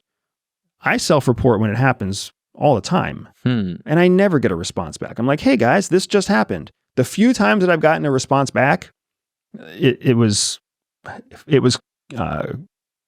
like funny government speak where you're like, what poor intern had to write this email to me because it took 15 paragraphs to just say thank you for submitting your thing, right? Either way, it's comical. But they have to rely on self-reporting. So about once or twice a year, we get a reminder. I get a reminder from CIA that says, hey, Mr. Bustamante, just to remind you, you are an overt CIA officer with access to classified information and you fall under your criminal liability of your lifetime secrecy agreement, blah, blah, blah, blah, blah. And as you continue to appear on podcasts and write books and appear on television, we want to encourage you to understand, that if you violate these terms, you will be held criminally liable. So they do that for all of us. Wow. But it's only once or twice a year because they know the only way to understand what's happening is through self-reporting. And when we self-report, it goes to some poor summer intern. Well, be careful, okay? I don't want you to end up at some black site or some Camp Gagnon, where it all falls apart for me. Yeah, exactly. Dude, we should turn this into a black site. Wouldn't that be sick? Turning it into a black site would be sick. What happens in a black site's not so fun. Yeah, not as good. Is that still a thing? What's the CIA position like publicly on black sites? Black sites have always been a thing. Black sites will always be a thing, right? Because black sites are nothing more than a site that is heavily compartmentalized so that people don't know that it exists. Mm-hmm. So you might be the director of CIA and still not be read in on certain activities in a certain black site because the need to know is so strict. We will always have threats of that level. What happens at the black site is what the real question is. Torture or enhanced interrogation used to happen at black sites. And then some of those black sites were shut down because it was discovered that torture was happening at those black sites. But there's still black sites now where cyber activity happens, offensive and defensive operations happen, where you can evacuate high value assets. If you're trying to get somebody out of country A and you're trying to get them to the United States to keep them or their family alive, they're going to hit safe houses, black sites along the way. So there's still very, very much a thing, and they've always been a thing, because it's just a covert site that's highly classified where sensitive intelligence operations can happen. What's up, guys? We're going to take a break really quick because it's 2024, and it's time to talk about something important. When you are seriously hurt, your injury could be worth millions. Yes, that's right. The world is a crazy place, and one person's negligence can result in another's settlement. And that's why I got to talk to you about Morgan & Morgan. Morgan & Morgan is America's largest injury law firm. They have over 100 offices nationwide and over 1,000 lawyers. Yes, these are the big boys. You know them, you see their billboards all over the world. If you ever drove down I-90 from Florida to New York, I'm telling you, you've seen the billboards, all right? Have you ever watched a UFC fight? You've seen them right on the banner. I'm telling you, these are the biggest guys in the game, all right? With over $20 billion recovered for over 500,000 clients, Morgan & Morgan has a proven track record of fighting to get you full and fair compensation. The annoying thing with most attorneys is that in order to submit a claim, you got to call them up, you got to talk to their people, you got to go back and forth on emails, you got to hope that they see it. They might charge you just to even look at their claim. Here's the cool thing with Morgan & Morgan. With 8 clicks or less, you can submit a claim and one of their licensed attorneys will take a look at it and get back to you. It's that easy. It's like ordering something off Amazon. It's just a couple clicks. You can submit your claim very easily and cheap. Yeah, how about $0? That's how much it costs to submit a claim with Morgan & Morgan. Extremely easy, no fee required. So, if you are ever injured, you can go check out Morgan & Morgan. Their fee is free unless they win. That's right, unless they win for you. Unless they fight and get you compensation, you're not paying a single dollar. That's a pretty good deal. So, for more information, go to forthepeople.com/Gagnon. That's correct, forthepeople.com/Gagnon, or dial pound law, that's pound 529 from your cell phone. That's for the people, forthepeople.com/Gagnon, or dial pound law, pound 529 from your cell phone. This is a paid advertisement. Now let's get back to the show after this short disclaimer. What's up, guys? We're going to take a break really quick because I got to tell you about an amazing service known as Blue Chew. That's right. Blue Chew is a service that basically delivers this chewable tablet to your door whenever you want, once a week, once a month. I don't even know if they could do it that frequently, but they'll send it right to your door. You don't have to go to the doctor and have some awkward conversation with some guy in a lab coat, some dude that's judging you, probably, if I had to guess. With Blue Chew, it's super discreet. The packaging is discreet. It's just a couple questions on their website, and they will send you chewable tablets that have basically the same active ingredients as like a Viagra or a Cialis, but at the fraction of the cost and in a chewable form. It's great. It truly is. I mean, one time I was in the woods and we were cold and it was raining, and I pitched a tent with the help of Blue Chew, and everyone gathered under it, and we were safe, and it saved me and a lot of lonely people. So if you're interested in Blue Chew, here's how you get it. You're going to go to bluechew.com and use the promo code Gagnon. That's right, Gagnon. It's kind of funny. Gagnon has the promo code. I don't know why exactly, but it is funny. And you're going to receive your first month for free. That's right, bluechew.com. Use the promo code Gagnon. Check it out. Blue Chew. Let's get back to the show. Do you think that the current CIA deals with the former reputation of the old CIA? And is it negative, or do you think it's in some way positive? Like, what is your feeling on that? Because yeah, my perspective is like I see the old CIA and I'm like MK Ultra, crazy operations, coups, you know, like Alan Dulles was like a crazy guy, like Bay of Pigs, killing JFK, maybe, you know what I mean? Like there's all these things that are associated with it. But then I talk to people about the current CIA and it's like, yeah, it's not as wild. I mean, there's definitely still like intelligence operations that are happening all over the world, but like it's a little bit more deliberate. It's a little bit more, you know, digital, so to speak. So I'm curious your position. Like, how do you feel like that old reputation affects the current? Yeah, it's a great question, and it's a mixed bag. And it's funny because for anybody who is former CIA, retired military, former FBI, or current who's watching us right now, the truth is that most of the elite government forces in the United States have been neutered, and we are not as effective as we used to be. We are not as powerful as we used to be. The bureaucracy, the policy implications, the politics, or what's known as realpolitik, has impacted significantly our ability to execute meaningful operations. So pre 9/11, when there was very little oversight, all sorts of stupid shit happened, for sure. But all sorts of really powerful shit happened too, that the world can never know about because it's been classified. In the time from 9/11 till 2017, 2018, there was a lot of real shit, really good stuff that happened that was slowly going through the process of being neutered, right? Being emasculated, being reduced, being throttled, being controlled, because politicians started seeing that what CIA did had an impact on their re-election promises or campaigns or hopes. Really? Yeah, because nobody wanted to be associated with the next torture. Nobody wanted to be associated with the next, flap in you name whatever country, right? Like if you remember when the contractors were trying to run a coup in Venezuela, if you think about what happened when we started negotiating with the Taliban, think about what happened when the United States evacuated Afghanistan and people were falling off of the airplane who were trying to get out. No politician wants to be associated with that stuff.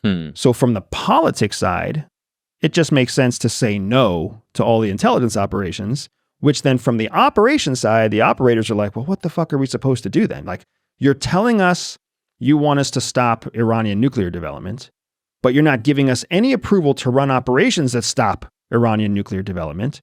And then we know that if we don't spend the money, you're going to take the money back and you're not going to give us a budget for next year. So then we're just going to blow money on stupid shit, right? We're going to see if we can't do some sort of convoluted newspaper article or some convoluted website or whatever else. Or, we're going to take a cyber approach, or we're going to take a drone approach, or we're going to take a whatever. But we're not going to sabotage, because if we sabotage, it might go wrong. And if sabotage goes wrong, then you're going to be all up in our ass. So that's what you're seeing. So there's a huge feeling in the intelligence community among current professionals and former professionals that we have been neutered, that we are less effective than we used to be because the tolerance for taking risks is significantly reduced by the chief executive, who is the president. And if you think about the last 12 years, the president has either been someone who didn't trust the CIA, or the president is somebody who's more focused on domestic social issues. Interesting. But then there's another, to answer your original question about whether or not CIA kind of lives in the shadow of its past. The answer is yes. It happens. It makes sense. The suspicion that's out there, the speculation that's out there, the conspiracies that have come true, like, we've earned the right for the American people to question whether CIA is trustworthy or not. And the answer is CIA was not trustworthy for many decades, right? Until it took on that position where it is being overseen by elected officials, it essentially couldn't have been trusted. It was operating in its own best interest. It was operating in the best interest of it as an organization, which was there to serve the chief executive, the president of the United States. It was his personal, battering ram. Now it's a different world. Now CIA is under the oversight of the men and women that we elect. Now, granted, we may not elect very good men and women, but those are the people who really control CIA now, even though we respond or we report directly to the president. The people who hold the purse strings are the people in Congress. So we have been neutered. We are under greater control. There should be a higher level of trust in the CIA by the American people, but that is going to be very slow coming because we have a lot of years of doing shit that the American people did not approve of. That's interesting. If I was the president, I wouldn't use the CIA. I would create a new CIA. And I would create a more covert intelligence operation that's not as overexposed and doesn't have all the baggage. Is that a good idea? It depends on kind of what you're trying to accomplish there, man. Going more secret, going secret within a secret is not going to foment trust. It is going to make things more effective. That's what I'm saying. I mean, who gives a shit about trust from the president? You know what I mean? Like, you got to trust me. Now you're thinking like the president. That's right. Now you're thinking like the president. And that's what people, when we go back to the lies that, like, are politicians just lying, or do they actually believe their lies? This is why politicians know they have to lie. Like, America, we want politicians that lie. Yeah. We need politicians that lie. Because we, the American people, as a holistic group, are fucking stupid. Yeah, I want to believe that they're trying to get weapons of mass destruction. That way I don't have to feel bad for 1 million Iraqis dying. Correct. You know what I mean? Correct. I want to believe the lie. You want to believe the lie. Yeah. You want to believe that they're like, again, going back to the DNC, this idea that once the glass ceiling is broken, like the DNC has a very strong female theme, which makes sense. We have a female candidate for president. So you can see at the Democratic National Convention, the audience is majoritively women. Like, you can just see it. When they scan through the audience, you see 5 women to every man in the audience, right? So you can see that it's very gender charged. You can see that it's very racially charged. You can see all these things. So when they get up on stage, they're speaking to the concerns of the people in the audience. So they're talking about glass ceilings. Who are they talking about when they say glass ceilings? Right. They're talking about women in power. That's the glass ceiling that they're talking about without saying it on the stage. Women in power. Once a glass ceiling is broken, Hillary Clinton got up on the stage last night and was like, once the glass ceiling is broken for one of us, it's broken for all of us. No. That's not true. It's not true. When one person gets through a certain endeavor, that person got through the endeavor. That doesn't make it easier for the next person. That doesn't mean it's guaranteed for the next person. They also might just shut the gate behind them and make it way harder. Yeah, exactly. You have no idea. So it's a complete and total lie. But to your point, we all want to believe it. Mm-hmm. We all want to believe that what our politicians say, whether it's about breaking glass ceilings or whether it's about weapons of mass destruction. What's nice is that we, as Americans, we vote once every 2 years for some, once every 6 years for others. We vote once, and then our hands are clean. It's like being a Catholic, dude. Mm-hmm. All you can get drunk and you can bang hookers, and as long as you go in and say, "Father, I got drunk and I banged hookers," you're forgiven. Yeah. Right? And that's exactly how we operate as a country. It's like, hey, one day we raise our hand, and whatever that asshole does after I raise my hand is on them. Mm-hmm. It's a very convenient way to keep your hands clean. Yeah, it's interesting. Or you just be so secretive that no one knows, which is why my genius idea, patent pending, the new CIA. It's called the office that you're talking about, but it's the secret organization within the secret organization, the paramilitary organization. So essentially, the way that process works, when the president has a secret that he wants to keep secret, even from like higher echelon leadership at CIA, he creates what's known as a finding, a presidential finding. Presidential findings generally have to be delivered to a secret judiciary committee that says, hey, yes, this is a just cause. But that committee is like 2 or 3 people. It's very small. And then with that presidential finding, it goes directly to the covert action group of CIA. And that covert action group can then staff and fund using a pool of money that's out of the black budget to go execute whatever specific finding the president generated. And part of that finding process guarantees that the president always has what's known as plausible deniability, meaning that's plausible deniability to the whole world, including the American people. So if CIA gets caught carrying out that covert action, the process of the finding and the judicial review makes it so that nobody ever admits that the president was the one that initiated that covert action. So there is kind of a CIA within the CIA. Sort of, yeah. Oh, that's interesting. But it's a specific group that CIA knows exists and CIA knows exists for that purpose. Right. I mean, that makes sense. Like, to me, like, once these institutions get too big, there's going to be mistakes. There's going to be intelligence gaps. Like, I just feel like they have to be recreated. I mean, there's going to be spies. There's going to be penetrations. There's going to be cyber hacking. Right. I mean, KGB in a way did this, right? Like, where they dissolve and become FSB, and like they reinvent themselves, and eventually FSB will get too big, and then they reinvent again. And it just seems like we're overdue within the U.S. for that. And so that leads me to believe that it's already been done. Correct. And that's also the foundation. Well, not the foundation, but it's one of the things that is coming to head in the media is this idea of Proposition 2025. Yeah. That is a restructuring of government. And to be clear, like Proposition 2025 is a project 2025. Was created by the Heritage Foundation, which is a far right leaning group, and blah, blah, blah, blah, blah. It's not like a federal mandate or anything, but that's their whole point. Their whole argument is we need to restructure the government to get back to a place where the executive has more power, the power to hire, fire, assign, delegate, keep secrets, more secrets, take power away from the Congress. Congress has been giving away power for decades anyways. So yeah. Do you think it'll come out in a certain amount of time, there is a new like intelligence group within the United States government that is like doing operations either domestically or internationally?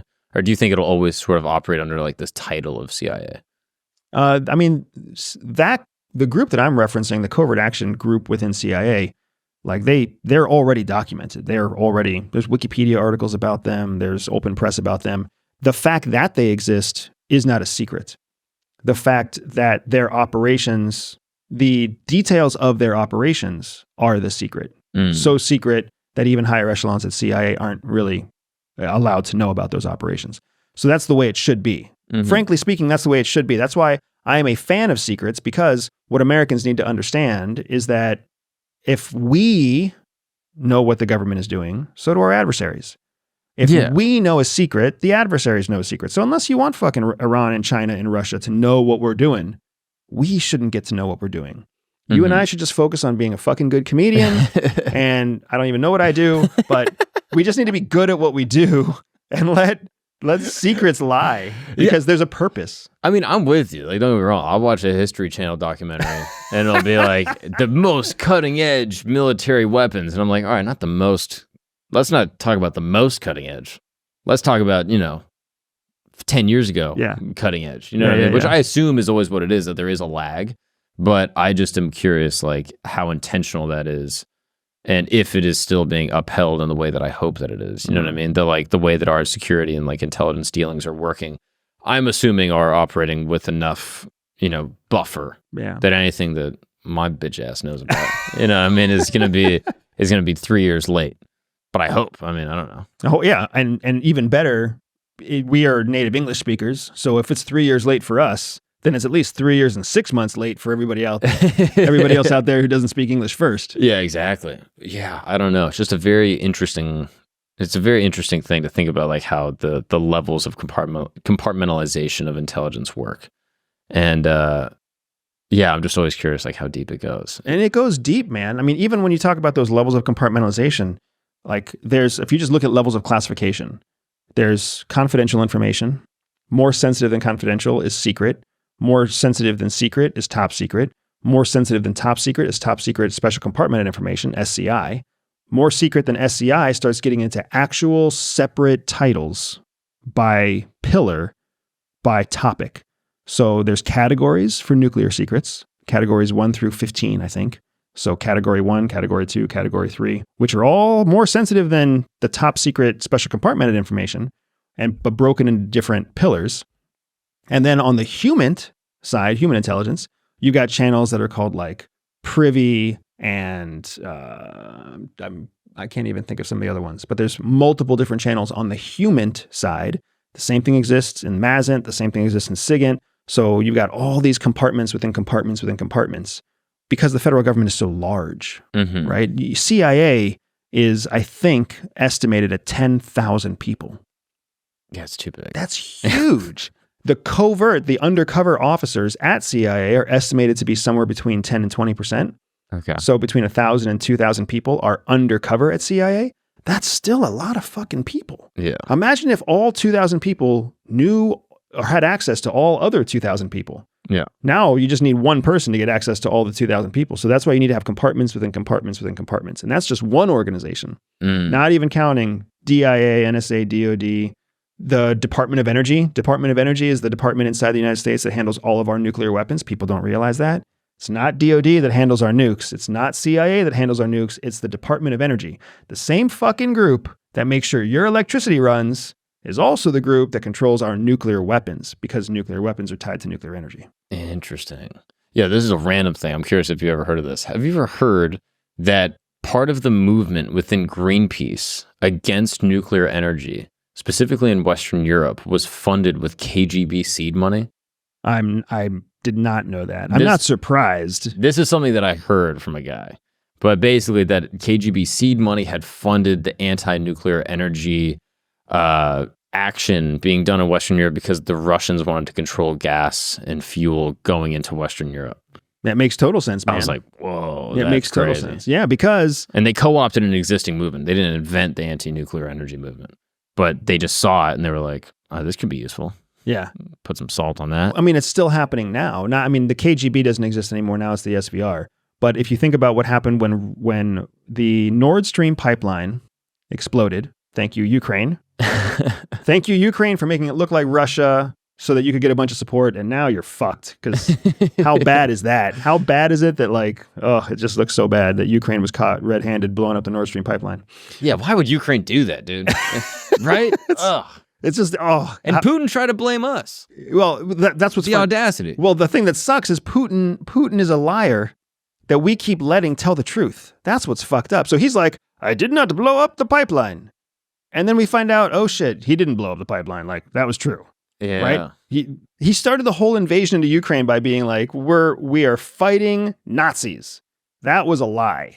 Well, then the whole West started supporting Ukraine to repress Russia. So then that just gave him the reason to be like, oh, this is not a war against Ukraine, it's a war against the West. And now he's telling the truth. Yeah. Right? So it sucks because we keep giving him legitimacy by letting him tell the truth. And even worse than that, Ukrainian corruption in their military and their cybersecurity forces, whatever. Like that's what's really fucking them is, and to Zelensky's credit, he has tried to oust the corruption, right? For the last 2 years, he's been trying to get all the corrupt leaders out and get fresh blood in, but it still gives a lot of legitimacy to Russia, which is unfortunate. But before we got on that, we were on something much more important. Seed money and nuclear energy. Seed money.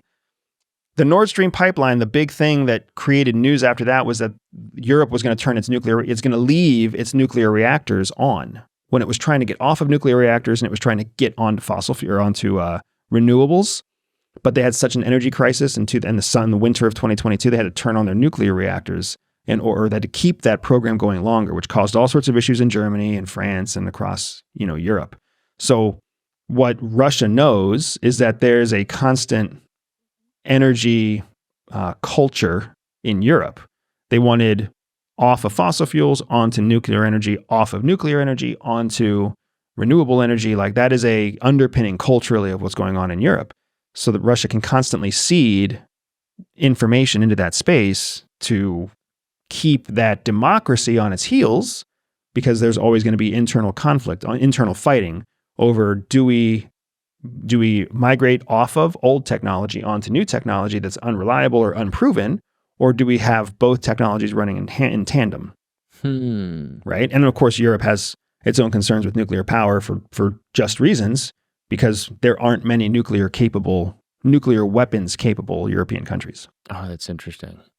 Yeah, I guess the way that Russian intelligence operates is very sophisticated. So anytime something's happening that benefits Russia, I'm like, oh, this has got to be some type of intelligence play or something going on. It's a fair assumption because they are they're far more sophisticated than we give them credit for, right? And unfortunately, Western media likes to not only demonize, but like ridicule. I mean, kind of belittle, right? Yeah, they like to belittle is a better word. Russia. You can't, that's a dangerous game. It's like belittling the hungry Rottweiler next door. Right. It's still a hungry Rottweiler. Doesn't have to be smart. Right? To come in and do some damage. Yeah. Here's a CIA myth / Psy-Op that happened back in the day. I'm curious if you ever heard of this. That they funded modern art. Have you ever heard this before? No. This apparently is true. I don't know. We can fact check it later. But apparently during like the Cold War, the CIA had funded artists domestically, specifically like Jackson Pollock and people doing like postmodern, very like abstract art as a soft power weapon against the Soviets to showcase how free Americans were. So basically looking at like, these expressionist paintings or like these like very expressive paintings and saying like, look at America, look at all the freedom we have, look at all the cool shit that we can do, as like a way to like entice the Russians. It's interesting because what was the year? I think it was like 80s, or decade, 80s. Yeah. So again, pre 9/11 CIA, so very little oversight. Right. So it is feasible. It is feasible that the CIA at that time could do something wackadoodle, like funding artists without having to tell anybody that they're doing it. And then it's also kind of in line with the fact that, 1980s, Berlin Wall, hard to get operations going on in East Germany. So one of the best ways to kind of combat Soviet influence would be with an influence operation that's funded here in the United States, and technically giving money to U.S. artists is not collecting info from U.S. artists, right? So it doesn't violate their charter. Yeah. So all of that is very feasible and plausible, because that's the funny thing about black budgets. People don't realize that when someone cuts you a check for a classified amount of money, and they basically tell you, as long as you keep operating, we'll keep cutting checks. But as soon as you don't spend all the money, we're going to take it back. Like, you're just going to keep spending, and you're going to spend in crazy ways. This is what I'm so curious about with like CIA black budgets, is that like, sometimes I wonder if the old CIA ops sometimes get blown out of proportion, because so many of them were like low cost, high impact. And they just threw a bunch of money at a bunch of different random things to see like what came back. And maybe stuff came back. People talk about MK Ultra all the time, but I'm like, I don't know if MK Ultra really resulted in anything significant, but it didn't cost them much money to see if it did. And so it's one of those things where it's like, hey, let's put, $100,000, $500,000 in this thing that potentially could have massive outcomes. And I'm like, yeah, let's just do that across the board all the time. And so I think sometimes people deal with the burden of that now where they're like, oh, look at this operation that went on. And I'm like, yeah, the operation went on, but there was also like 20 other operations that were equally bizarre. And maybe one of them had a finding that was useful, but it didn't cost that much money. Yeah. The American people look at CIA operations through a lens of morals and ethics. What you're talking about is much more of what CIA thinks about, which is looking at operations through a level of effectiveness and outcomes. Effectiveness and outcomes stand separate from morals and ethics. Yeah. So MK Ultra, our enemies were testing psychedelics. Our enemies were testing the ability for people to astro project. Yeah, remote viewing. Oh my gosh, all sorts of crazy shit. And they had a long list of people, of convicts in jail who had no rights. Yep. Even by their own laws. So MK Ultra was just our answer to a threat. Because all of our arguments about MK Ultra would be completely different if the Russians found a way to attack us using remote viewing first. Right. If they would have actually found a way to take a convict, turn him into a remote viewer so he could astro project his violent ass to the United States and start killing people in New York City, then all of a sudden Americans would be like, well, why aren't we funding MK Ultra? Why aren't we finding a way to get our prisoners to attack Moscow? Right? But that's the lens of history. Right. Because the truth is, no matter how principled somebody wants to say they are, they understand that ethics are defined by someone else, right? The code of ethics for you as a doctor, the code of ethics for you as a teacher, the code of ethics for you as a lawyer. Your ethics are defined by someone else. Your morals are what you personally commit to, but your morals that you commit to change based off of the situation that you're in. If you're fucking hungry and you're broke and your kids are hungry and nobody's eaten in a day, you're going to steal some food. Even though when you've got a paycheck every week or every 2 weeks, and even if you're just eating macaroni and cheese, you're going to buy your food. Right. Desperate people do desperate things. And desperate, I mean, it doesn't take much to become desperate, right? It doesn't take much to feel desperation, even if you don't have true desperation. So to your point, pre-CIA could have been highly effective, could have had fantastic outcomes. But now the lens of history, we sit here today and we're like, oh, it was so unethical. It was immoral what we did to those terrorists in Guantanamo Bay. Right? Well, fucking remember how we felt on September, 12th. 2001. Remember how we felt then. Remember what it was like to turn on your TV and watch human beings jump from burning buildings. Right. Was our morality a little bit different then? Yeah. And I think the American public likes to hold government institutions like different standards than they kind of hold themselves over time. Yeah, exactly. Right. So now what's okay in 1 year is different is not okay in the next year. Right. Exactly. But I really do try to look at these things as like ROI, where I'm like, yeah, if it's a couple $1,000s to see if you can, remote view while trip on an LSD. Oh, for sure, dude. Like, could you imagine a battalion of American troops? Could you imagine a contingent of Navy SEALs sitting in a fucking Marriott, sleeping under drug-induced sleep, astral projecting, because it works, right? If it works, into some remote fucking Burmese jungle, you could use those soldiers until they were 95 years old. Right. So that the ROI is significant. This is why Hitler was looking for the ancient religious artifacts, because he was like, if they have the power, right? If the Ark of the Covenant could really be opened and like some power come out and nuke everybody. Like he wanted to be the first one to have that. It's an ROI question. Yeah. You're thinking exactly like the government thinks. You're thinking exactly like a senior echelon leader should think.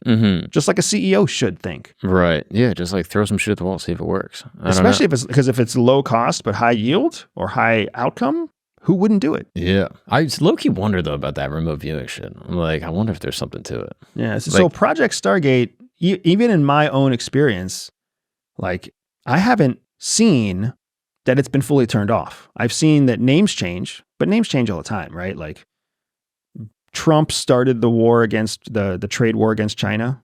Biden carried on the trade war against China, right? Even though he said he shut down Trump era policy, he just changed the name. It went from being like Trump's anti-China something to Biden's regime migration something, right? Like the politics changed, but the policy stayed the same. Sure. So like you've got to assume and account for the same thing happening.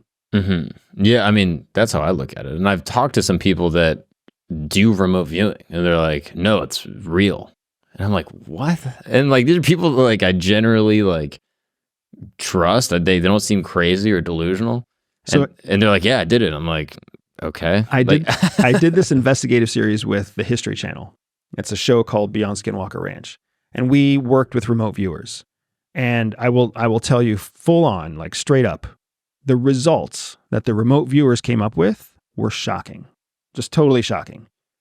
Somehow they were able to remote view things that had been verified and vetted through history. They were able to identify characters, shapes, faces, objects that we had only heard about through eyewitnesses who were reticent to even talk to us.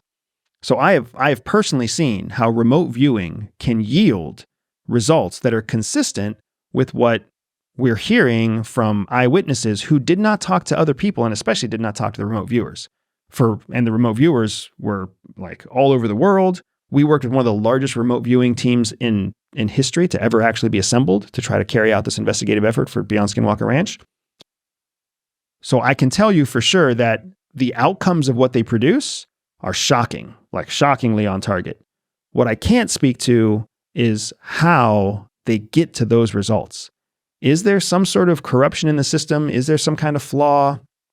Is there actual science behind it? Is it really working? I don't know how they got there, but it's fucking crazy when you see it and you're like, wait a second, that lady has never told anybody about this little 3-foot shadow creature, and she described it exactly the same way as these 5 remote viewers describe it and draw it on this piece of paper. Like, and where did these guys come from? Sweden, Germany, Switzerland, and Norway? They're like, she's where? In southern Colorado? You're like, how does this even happen? Yeah, it is a strange thing. I mean, we were talking a little bit before we recorded about like consciousness and how exactly where exactly it exists, and whether or not we can use consciousness to affect reality. Yeah. And I don't know, I just think about the remote viewing stuff, and I think like it's bizarre to me that that people independently can describe similar things. I mean, similar with like psychedelics. I've heard people have done, like I've spoken to people, again, this is anecdotal and completely unscientific, but spoken to people that have done psychedelics together that have been able to, telepathically communicate. Yeah. And I'm like, what? And they're like, yeah, we both were tripping on LSD, and I looked at my buddy and we were talking, and then my other friend was there that wasn't tripping, that was watching us, and neither of us were moving our mouths, but we knew what we were saying. And I'm like, you were just on drugs. And they're like, I don't know. But I hear these things and I'm like, what the fuck is going on there? Have you done ayahuasca? Never done ayahuasca. So I have multiple clients, high net worth clients. I don't know why, but like the wealthier you get, the more people start asking these questions about like consciousness and connection to the universe and whatever else. So I've had several high net worth, ultra high net worth clients that I serve that are worth, hundreds of millions of dollars. And over again, they go on some kind of journey. It's called a journey. They go on a journey with ayahuasca. Sometimes they do it in Utah. Sometimes they do it in South America. Sometimes they do it in Europe, right? But the feedback that these guys have, guys and gals, is really incredible. It's just like you're saying, like they come to grips with the childhood trauma that led them to be high achieving. They realize things about themselves that they describe as being like the shredding or the breaking of some sort of limitation that they built in themselves to keep them from the truth of what they've done, experienced, or never accepted about themselves, right? Like all these things in the world of self-actualization, which lead then to this plane of consciousness, where now during the trip, during the journey, they can connect with each other without words, right? They connect emotionally, they connect on spiritual levels, even though they believe in different gods or whatever else. So they connect on a consciousness level, telepathically, spiritually, emotionally in the journey, but then also when they get out of the journey, because now the barriers that they've had are shredded. Mm-hmm. So now when they are with each other, they're like, there's nothing to hide here. Mm-hmm. And that gives them a level of freedom with the other people who they've journeyed with that doesn't exist with people who they haven't journeyed with. Mm-hmm. So it's been, for me, 10 years ago, when I was still part of CIA, if you would have talked to me about consciousness, remote viewing, ayahuasca, I'd have been like, you're a fucking hippie. Like, doesn't make any sense. That's all hibbity-bibbity bullshit. Yeah. And now that I've worked with enough rich people and seen the output, seen what happens after they go on their journey, now I'm like, when am I going on a journey? Who's going with me? Like, who am I going to shed these layers with? And what is this consciousness thing? I've now investigated with History Channel the question of consciousness. I've seen the energy exchanges that happen between people. I've seen the energy exchanges that happen between people and inanimate objects like fucking trees and dirt and grassy fields, right? It is so, the energy transfer is so real and so measurable. We are stupid to not be asking the question, what is consciousness and what is its implication for the future? What would be an example of something that you saw that you were like, whoa, this is bizarre? So on our research, we went to a haunted mountain, essentially, in an Indian reserve called the Navajo Nation. So I myself come from a Navajo background. We had clearance to work with a Navajo elder and a Navajo medicine man to go to this mountain that the Navajo people said was cursed and was off limits to all Navajo. So we went through the whole bureaucratic process of being able to get clearance to go to this mountain. We did this in 2022. Yeah, 2022. And went up on this mountain. I went up there the first time, early part of the day. I went up on the mountain with just the medicine man. We went up there. We took energy readings of electromagnetic activity. We took radio signature readings. We took radiation readings. We took communication readings from the top of this haunted mountain, right? It was called, what was it? The Devil's something. I forget what they called it now. And we got all these baseline readings, right? High radiation, low levels of communication, not a lot of activity in the electromagnetic spectrum. We leave. It's like 10 o'clock in the morning. We leave, go get my partner, the Navajo elder, and like 2 other researchers. We bring them up on the same mountain, Satan's Butte. That's what it was called, Satan's Butte. Same mountain, about an hour and a half later, right? Same day. We pull out the same tools to show them what the baselines are, but the baselines are all different. Now, there's higher electromagnetic energy. There's higher radiation. There's an incredible amount of activity on the communication spectrum. And it doesn't make any sense at all. Why is it that when there's 2 of us up there with the same 4 devices, we get 1 reading? An hour and a half later, there's 5 of us up there with the same 4 tools, and we get completely different readings. We record everything. It's all captured on camera. It's all documented. You'll find it all on YouTube. I'm pretty sure if you YouTube Satan's Butte Beyond Skinwalker Ranch, you'll actually see that clip. We take it back to our science team in Utah, an astrophysicist and a career researcher. We take it back to them and we're like, we can't make sense of this, right? What's happening here? And our lead physics study, our lead astrophysicist looks at it and he's like, I think what's happening here is that you're having a collective consciousness reaction with the environment. Meaning that when it was just me and the medicine man, we created a level of energy between the 2 of us. Cerebral energy, literal brain energy. His brain creates an electrical signature. My brain creates an electrical signature. When we are in proximity with each other, the 2 electrical signatures collect. It's why you get along with some people, don't get along with other people. It's why some people make you feel good. Other people make you feel sick to your stomach, right? That's energy. Hippie energy, but measurable because it's measured in the brain and the electromagnetic efforts of the brain. When the 2 of us were up there, we created a signature that did not react with the mountain, the rocks, the dirt, the foxes, the rabbits, everything else on the mountain, right? When we left and brought back 3 additional people, our 5 brains created an energy signature that did react with the mountain. And that's why the measurable readings were different, right? So that was the astrophysicist's theory about why our readings were different, even though we were in the same place in about the same time with the same 4 devices.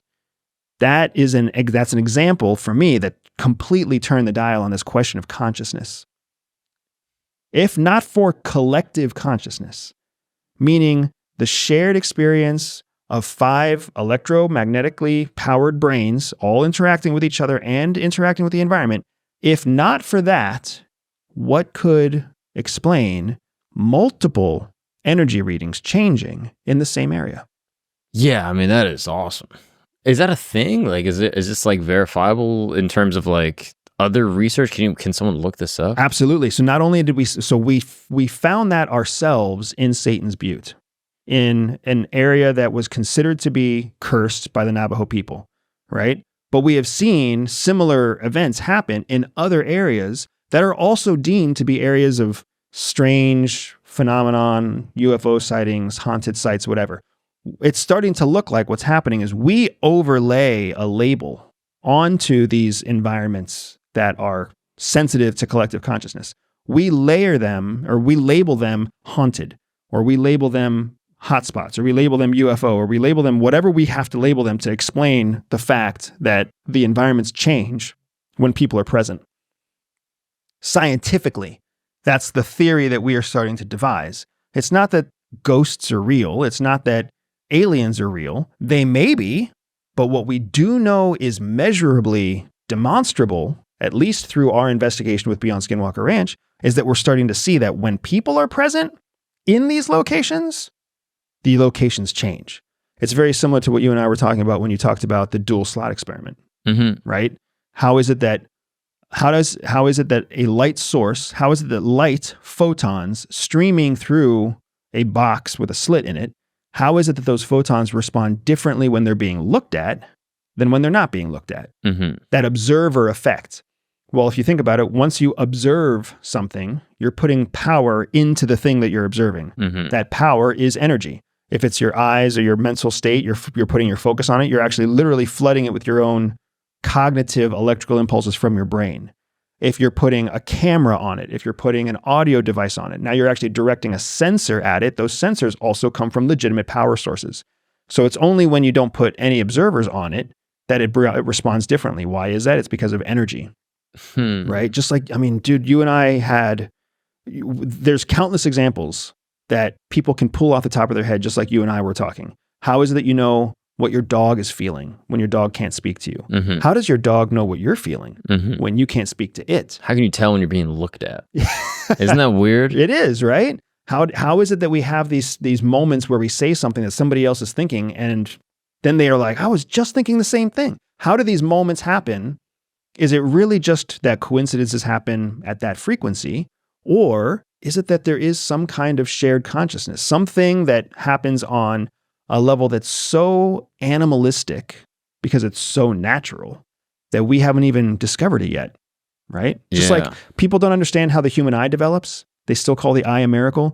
People don't understand how like a baby's genome is defined by its 2 parents. There's all sorts of things about science we don't understand. That doesn't make them make-believe. Hell, we used to call science magic. Yeah, people are like, there's tiny little men getting in my body making me sick. And it's like, yeah, germs are real. But for a long time, people didn't believe it. Right. Yeah, it's an interesting idea. And I was kind of telling you a little bit before, like I sometimes extrapolate like life philosophy based off these ideas, rightly or wrongly, I have no idea. But like, I am very conscious about like the people I'm around. And I try to be around like good vibes. And it's like, it sounds super dumb and hippie, but more you kind of hear about these things, you're like, wait a second, are atoms being near each other? They start to like mirror each other and we respond to similar things? Or like, I mean, how often do you think of someone and then they text you and you're like, maybe these coincidences are just weird, or maybe makes you wonder like, oh, maybe our atoms are in some way like, entangled. It takes me right back to public school science class, man. When we learned about an atom and you got the periodic table of elements. And the periodic table of elements tells you how many neutrons, protons, and electrons are in every element. But when you actually go to measure the electrons in an atom, you can't find them. Right. And science has always wondered, like, where do the atoms go? Why is it that when you try to observe and take a picture of or capture an atom, you can't see the electrons, but you know that the electrons must be there because of the laws of physics? Does that mean that if you can't see an electron, if an electron isn't where it's supposed to be, where is it? And is it doing the same thing that we just talked about with the photons in that box, that slit experiment? are they somewhere else at the moment that they're being observed? Is the observation of them what's forcing them to be somewhere else? Could it be that on all that whole table of periodic chart, that whole table of elements, there's really only like 5 collective electrons, and they're all just everywhere at once? Sharing each other? You know what I mean? Is it kind of like a giant like men's group where they share 5 girlfriends? What is going on? Yeah, it's really strange, dude. I don't know. I wonder about these things, and I also wonder, like, if there's, you know, if these things are like becoming aware, if we're becoming aware of it, I'm assuming governments must have been aware of this and they're trying to figure it out. And I'm sure like different, you know, governments around the world and intelligence groups are trying to utilize this type of research to, you know, to apply to their own means, even if it's just like group cohesion. Yeah. You know what I mean? Like, hey, we have a super specialized like special ops group. We need them to become best friends and, you know, communicate with their brains. I'm like, yeah, I would put these 6 guys into some type of like training regimen that would make them do, you know, a psychedelic drug or something to like get them on the same wavelength. You know what I mean? Like, what does it take to make them completely in sync as human beings? And this is what, I mean, getting back to our conversation about keeping secrets, right? The federal government is the largest funding source for innovation, specifically because they want new innovations to be created so that they can weaponize those innovations and use them for both defensive and offensive purposes of national security. So new medicines, new vaccines, new weapons, new technology, new software systems, new hardware systems, all of those things, the first funding source is the federal government. Everybody wants a federal grant. That shit is secret. It's secret because if it has civilian application, it will eventually be passed to the civilian sector. That's how we all got like pens and lunchboxes. Minute Maid lemonade and stuff. Yeah, we got that shit because astronauts needed that. And astronauts needed that so we could win the race to the moon. And we needed to win the race to the moon because we had to one-up Russia for national security purposes. Shout out Skunk Works. You know what I mean? Exactly, right? So, I mean, we have to accept secrets because those secrets are what give us the innovations that make America the preeminent military and economic superpower in the world. So we have to let those things happen. And just like you said, Navy SEALs learn how to be a highly effective small team. Well, then the civilian sector gets to benefit from the knowledge that the Navy SEALs were able to get. And the only reason the Navy SEALs got that was because the federal government was able to pay a high price to fund research by cutting edge psychologists and coaches to discover exactly what it took to get people in sync. Whether that was a psychedelic or whether that was just near drowning in ice cold water. Does it really matter? Am I asking too many questions? Is that the problem? I'm trying to reveal too many secrets. I think I love your questions, and I love the fact that you're so transparent about your hippie good vibe artist nature. I mean, it's pretty clear, I think. Sometimes I think it's pretty clear. I don't know. It's like there's a lot of organization here. Hippie is not what I get at in here. Like everything's level, everything's intentional. Right? Yep. Like there's white space between all your frames. I got my flag behind me, so you know what team I'm on. Hoorah. You know what I'm saying? And it's not like a red, white, and blue flag. It's like a white and green flag, which is like, is that eco-friendly or is that like a shout out to the fact that, exactly. Come on, right. dude. So I don't see like flowers or anti-war posters. Like there's some Jimi Hendrix stuff, but that's just cool. Right. So yeah, I wouldn't say that the tent explains it all. Well, can I become a CIA asset? Sure. How do I do that? You're probably on a pretty good path right now. Let's go. By having a podcast channel that's in the top 0.01% of all podcasts. Like, nice. You're going in the right direction. Right? You're going in the right direction. Because this is like, I've always heard about these like baseball players. You know what I mean? You've heard about this guy. It's like it was a Japanese, or he was a spy against the Japanese and went over there. And he was just a baseball guy. But he was really a spy. And I'm like, how do I do that for comedy? Well, first of all, you're always what you really are first.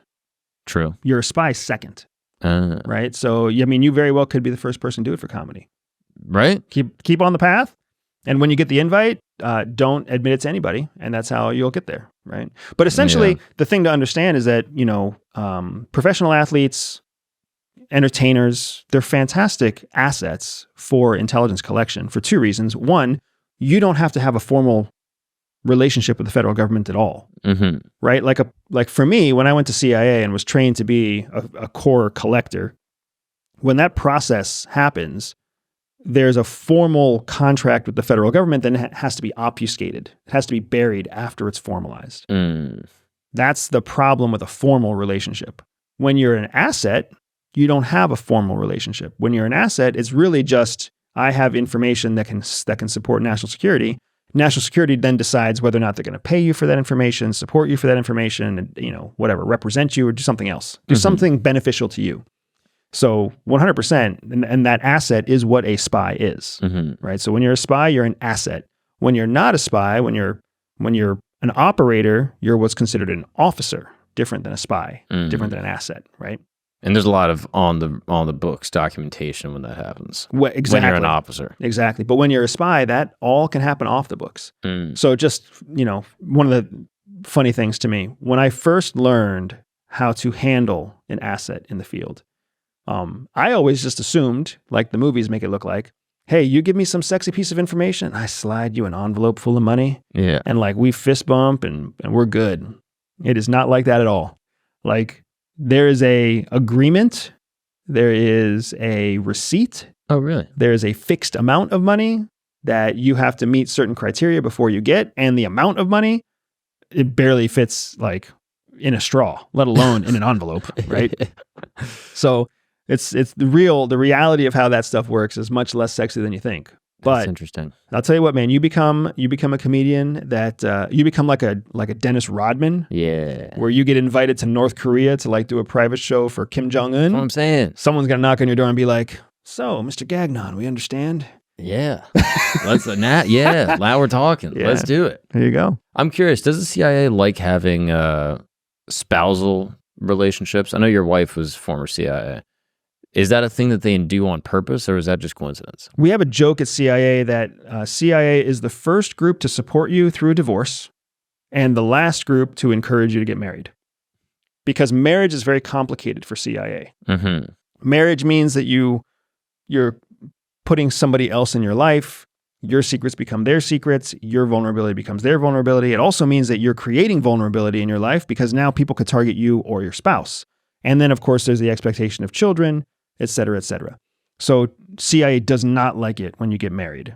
CIA really does not like it when two of its own officers get married. Because when two CIA officers get married, now they have to go through all that bureaucratic heartache of trying to make the two backstories work and the two future stories work. And they have to find a way to like cover the connection that is now legal and overt because you're legally married and you have a marriage contract or certificate or whatever else, right? So they really don't like that. They love it when people get divorced because when you get a divorce, half of your net worth is gone. Everybody who like was your vulnerability, was your secret keeper is gone. So it's like the perfect combination for CIA to swoop in and be like, hey, we're really sorry about your marriage. Tell you what, we're going to hook you up with an apartment in Washington, D.C., and we'll make sure that you've got like whatever you need. And here's a counselor that's on call for you. And you take whatever time off you need because they know you're more secure than you ever were. You have to work harder than you ever did work because you got to rebuild the net worth that you just lost. And you're essentially going to remarry the job, right? So they love it when you get a divorce. They hate it whenever you get married. That's interesting. So were you dating prior to being CIA? No. Did you guys meet in the agency? Yeah, my wife and I actually met at orientation day at CIA. Oh, wow. No kidding. Yeah. So we met at orientation. It took us about a year before we started dating. And then it took us another year before we got married. And a year of dating, a year of engagement, and then we got married. And during that whole process, like it was a dog and pony show trying to get shit through CIA. It was really difficult to get stuff through CIA. But it ended up working for us mainly because my wife and I came from two different operational disciplines.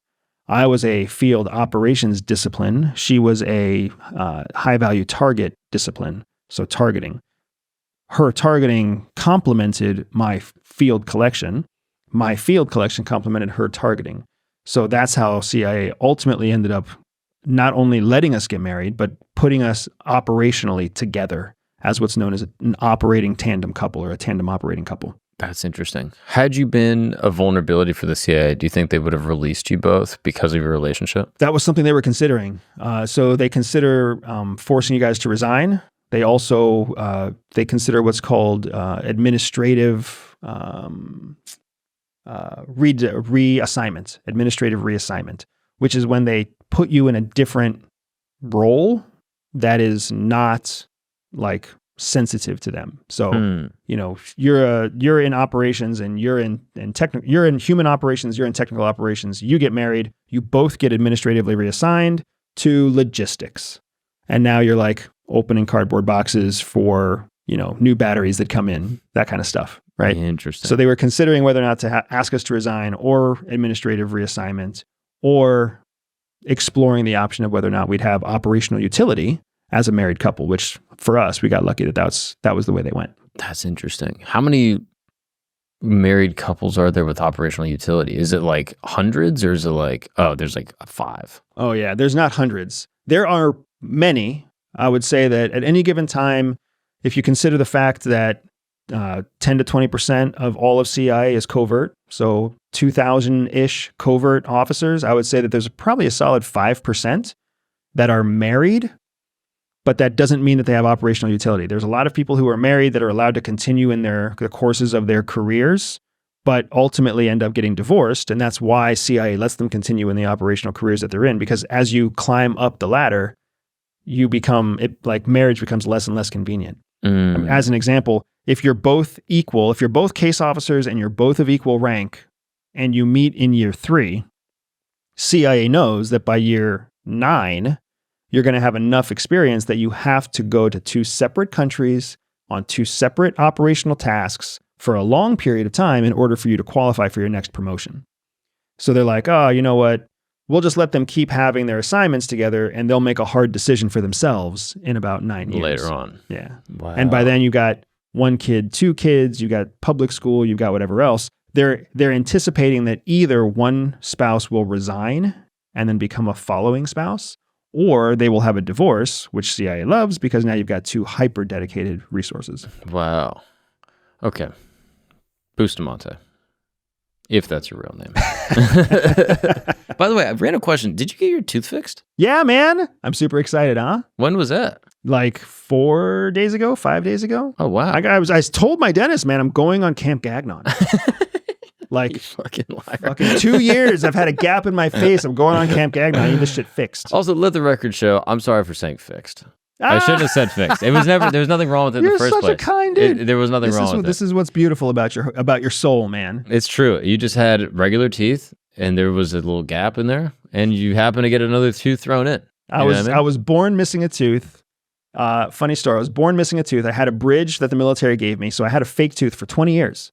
It was rock solid. It blew everybody's mind that the thing held. And you could pop it out. No, it lived. Wow. It was in my mouth permanently. Right. It was my fake tooth. Pause.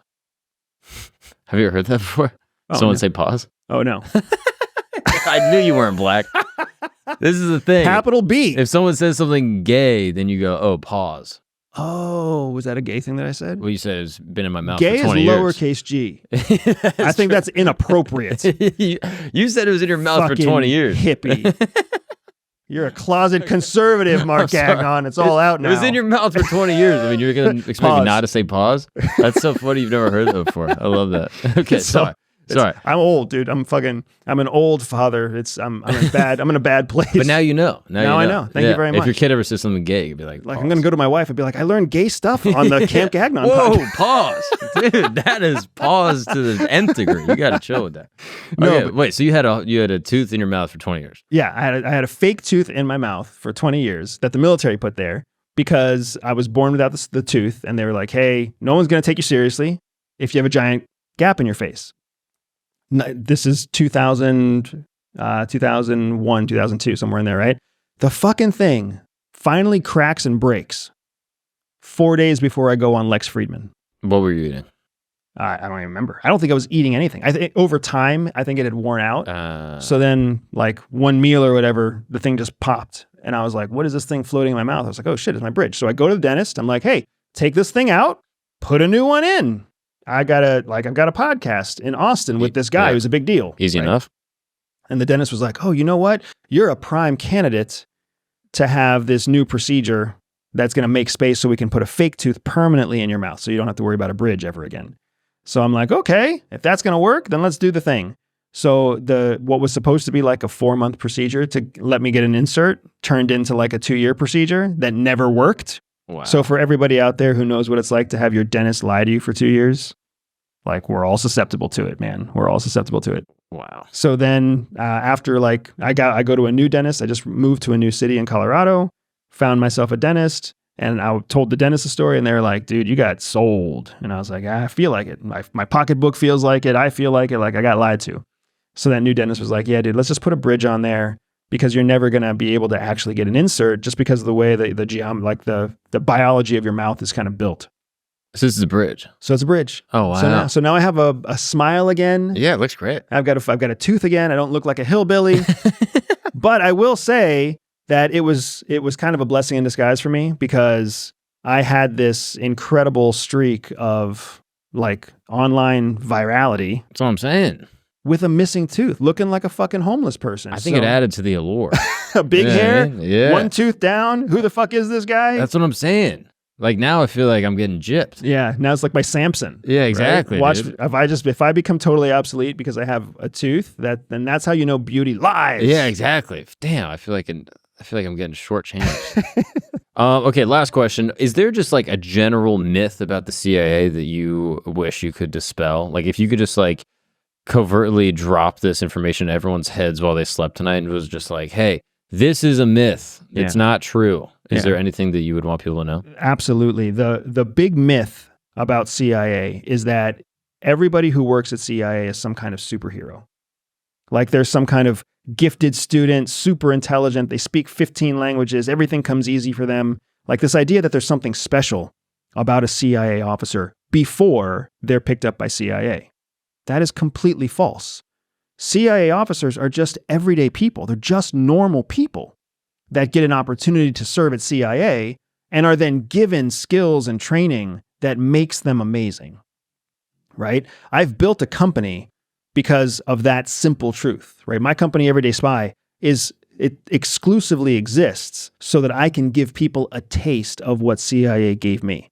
Just a fraction of the skills, a fraction of the training, a fraction of the experience, because it is such a lie that has been permeated through spy fiction, spy movies, and spy TV, that there's something special about a spy before they become a spy, when in fact, they are just normal fucking people. They're teachers, they're police officers, they're entrepreneurs. I was a shitty military officer, right? But when CIA called on me and I met their qualifications for like minimum viability, then they trained me in the stuff that I had to be trained in. And then my life changed, right? So just giving people a taste of what that life change feels like, shedding a little bit of the lie that we all live in.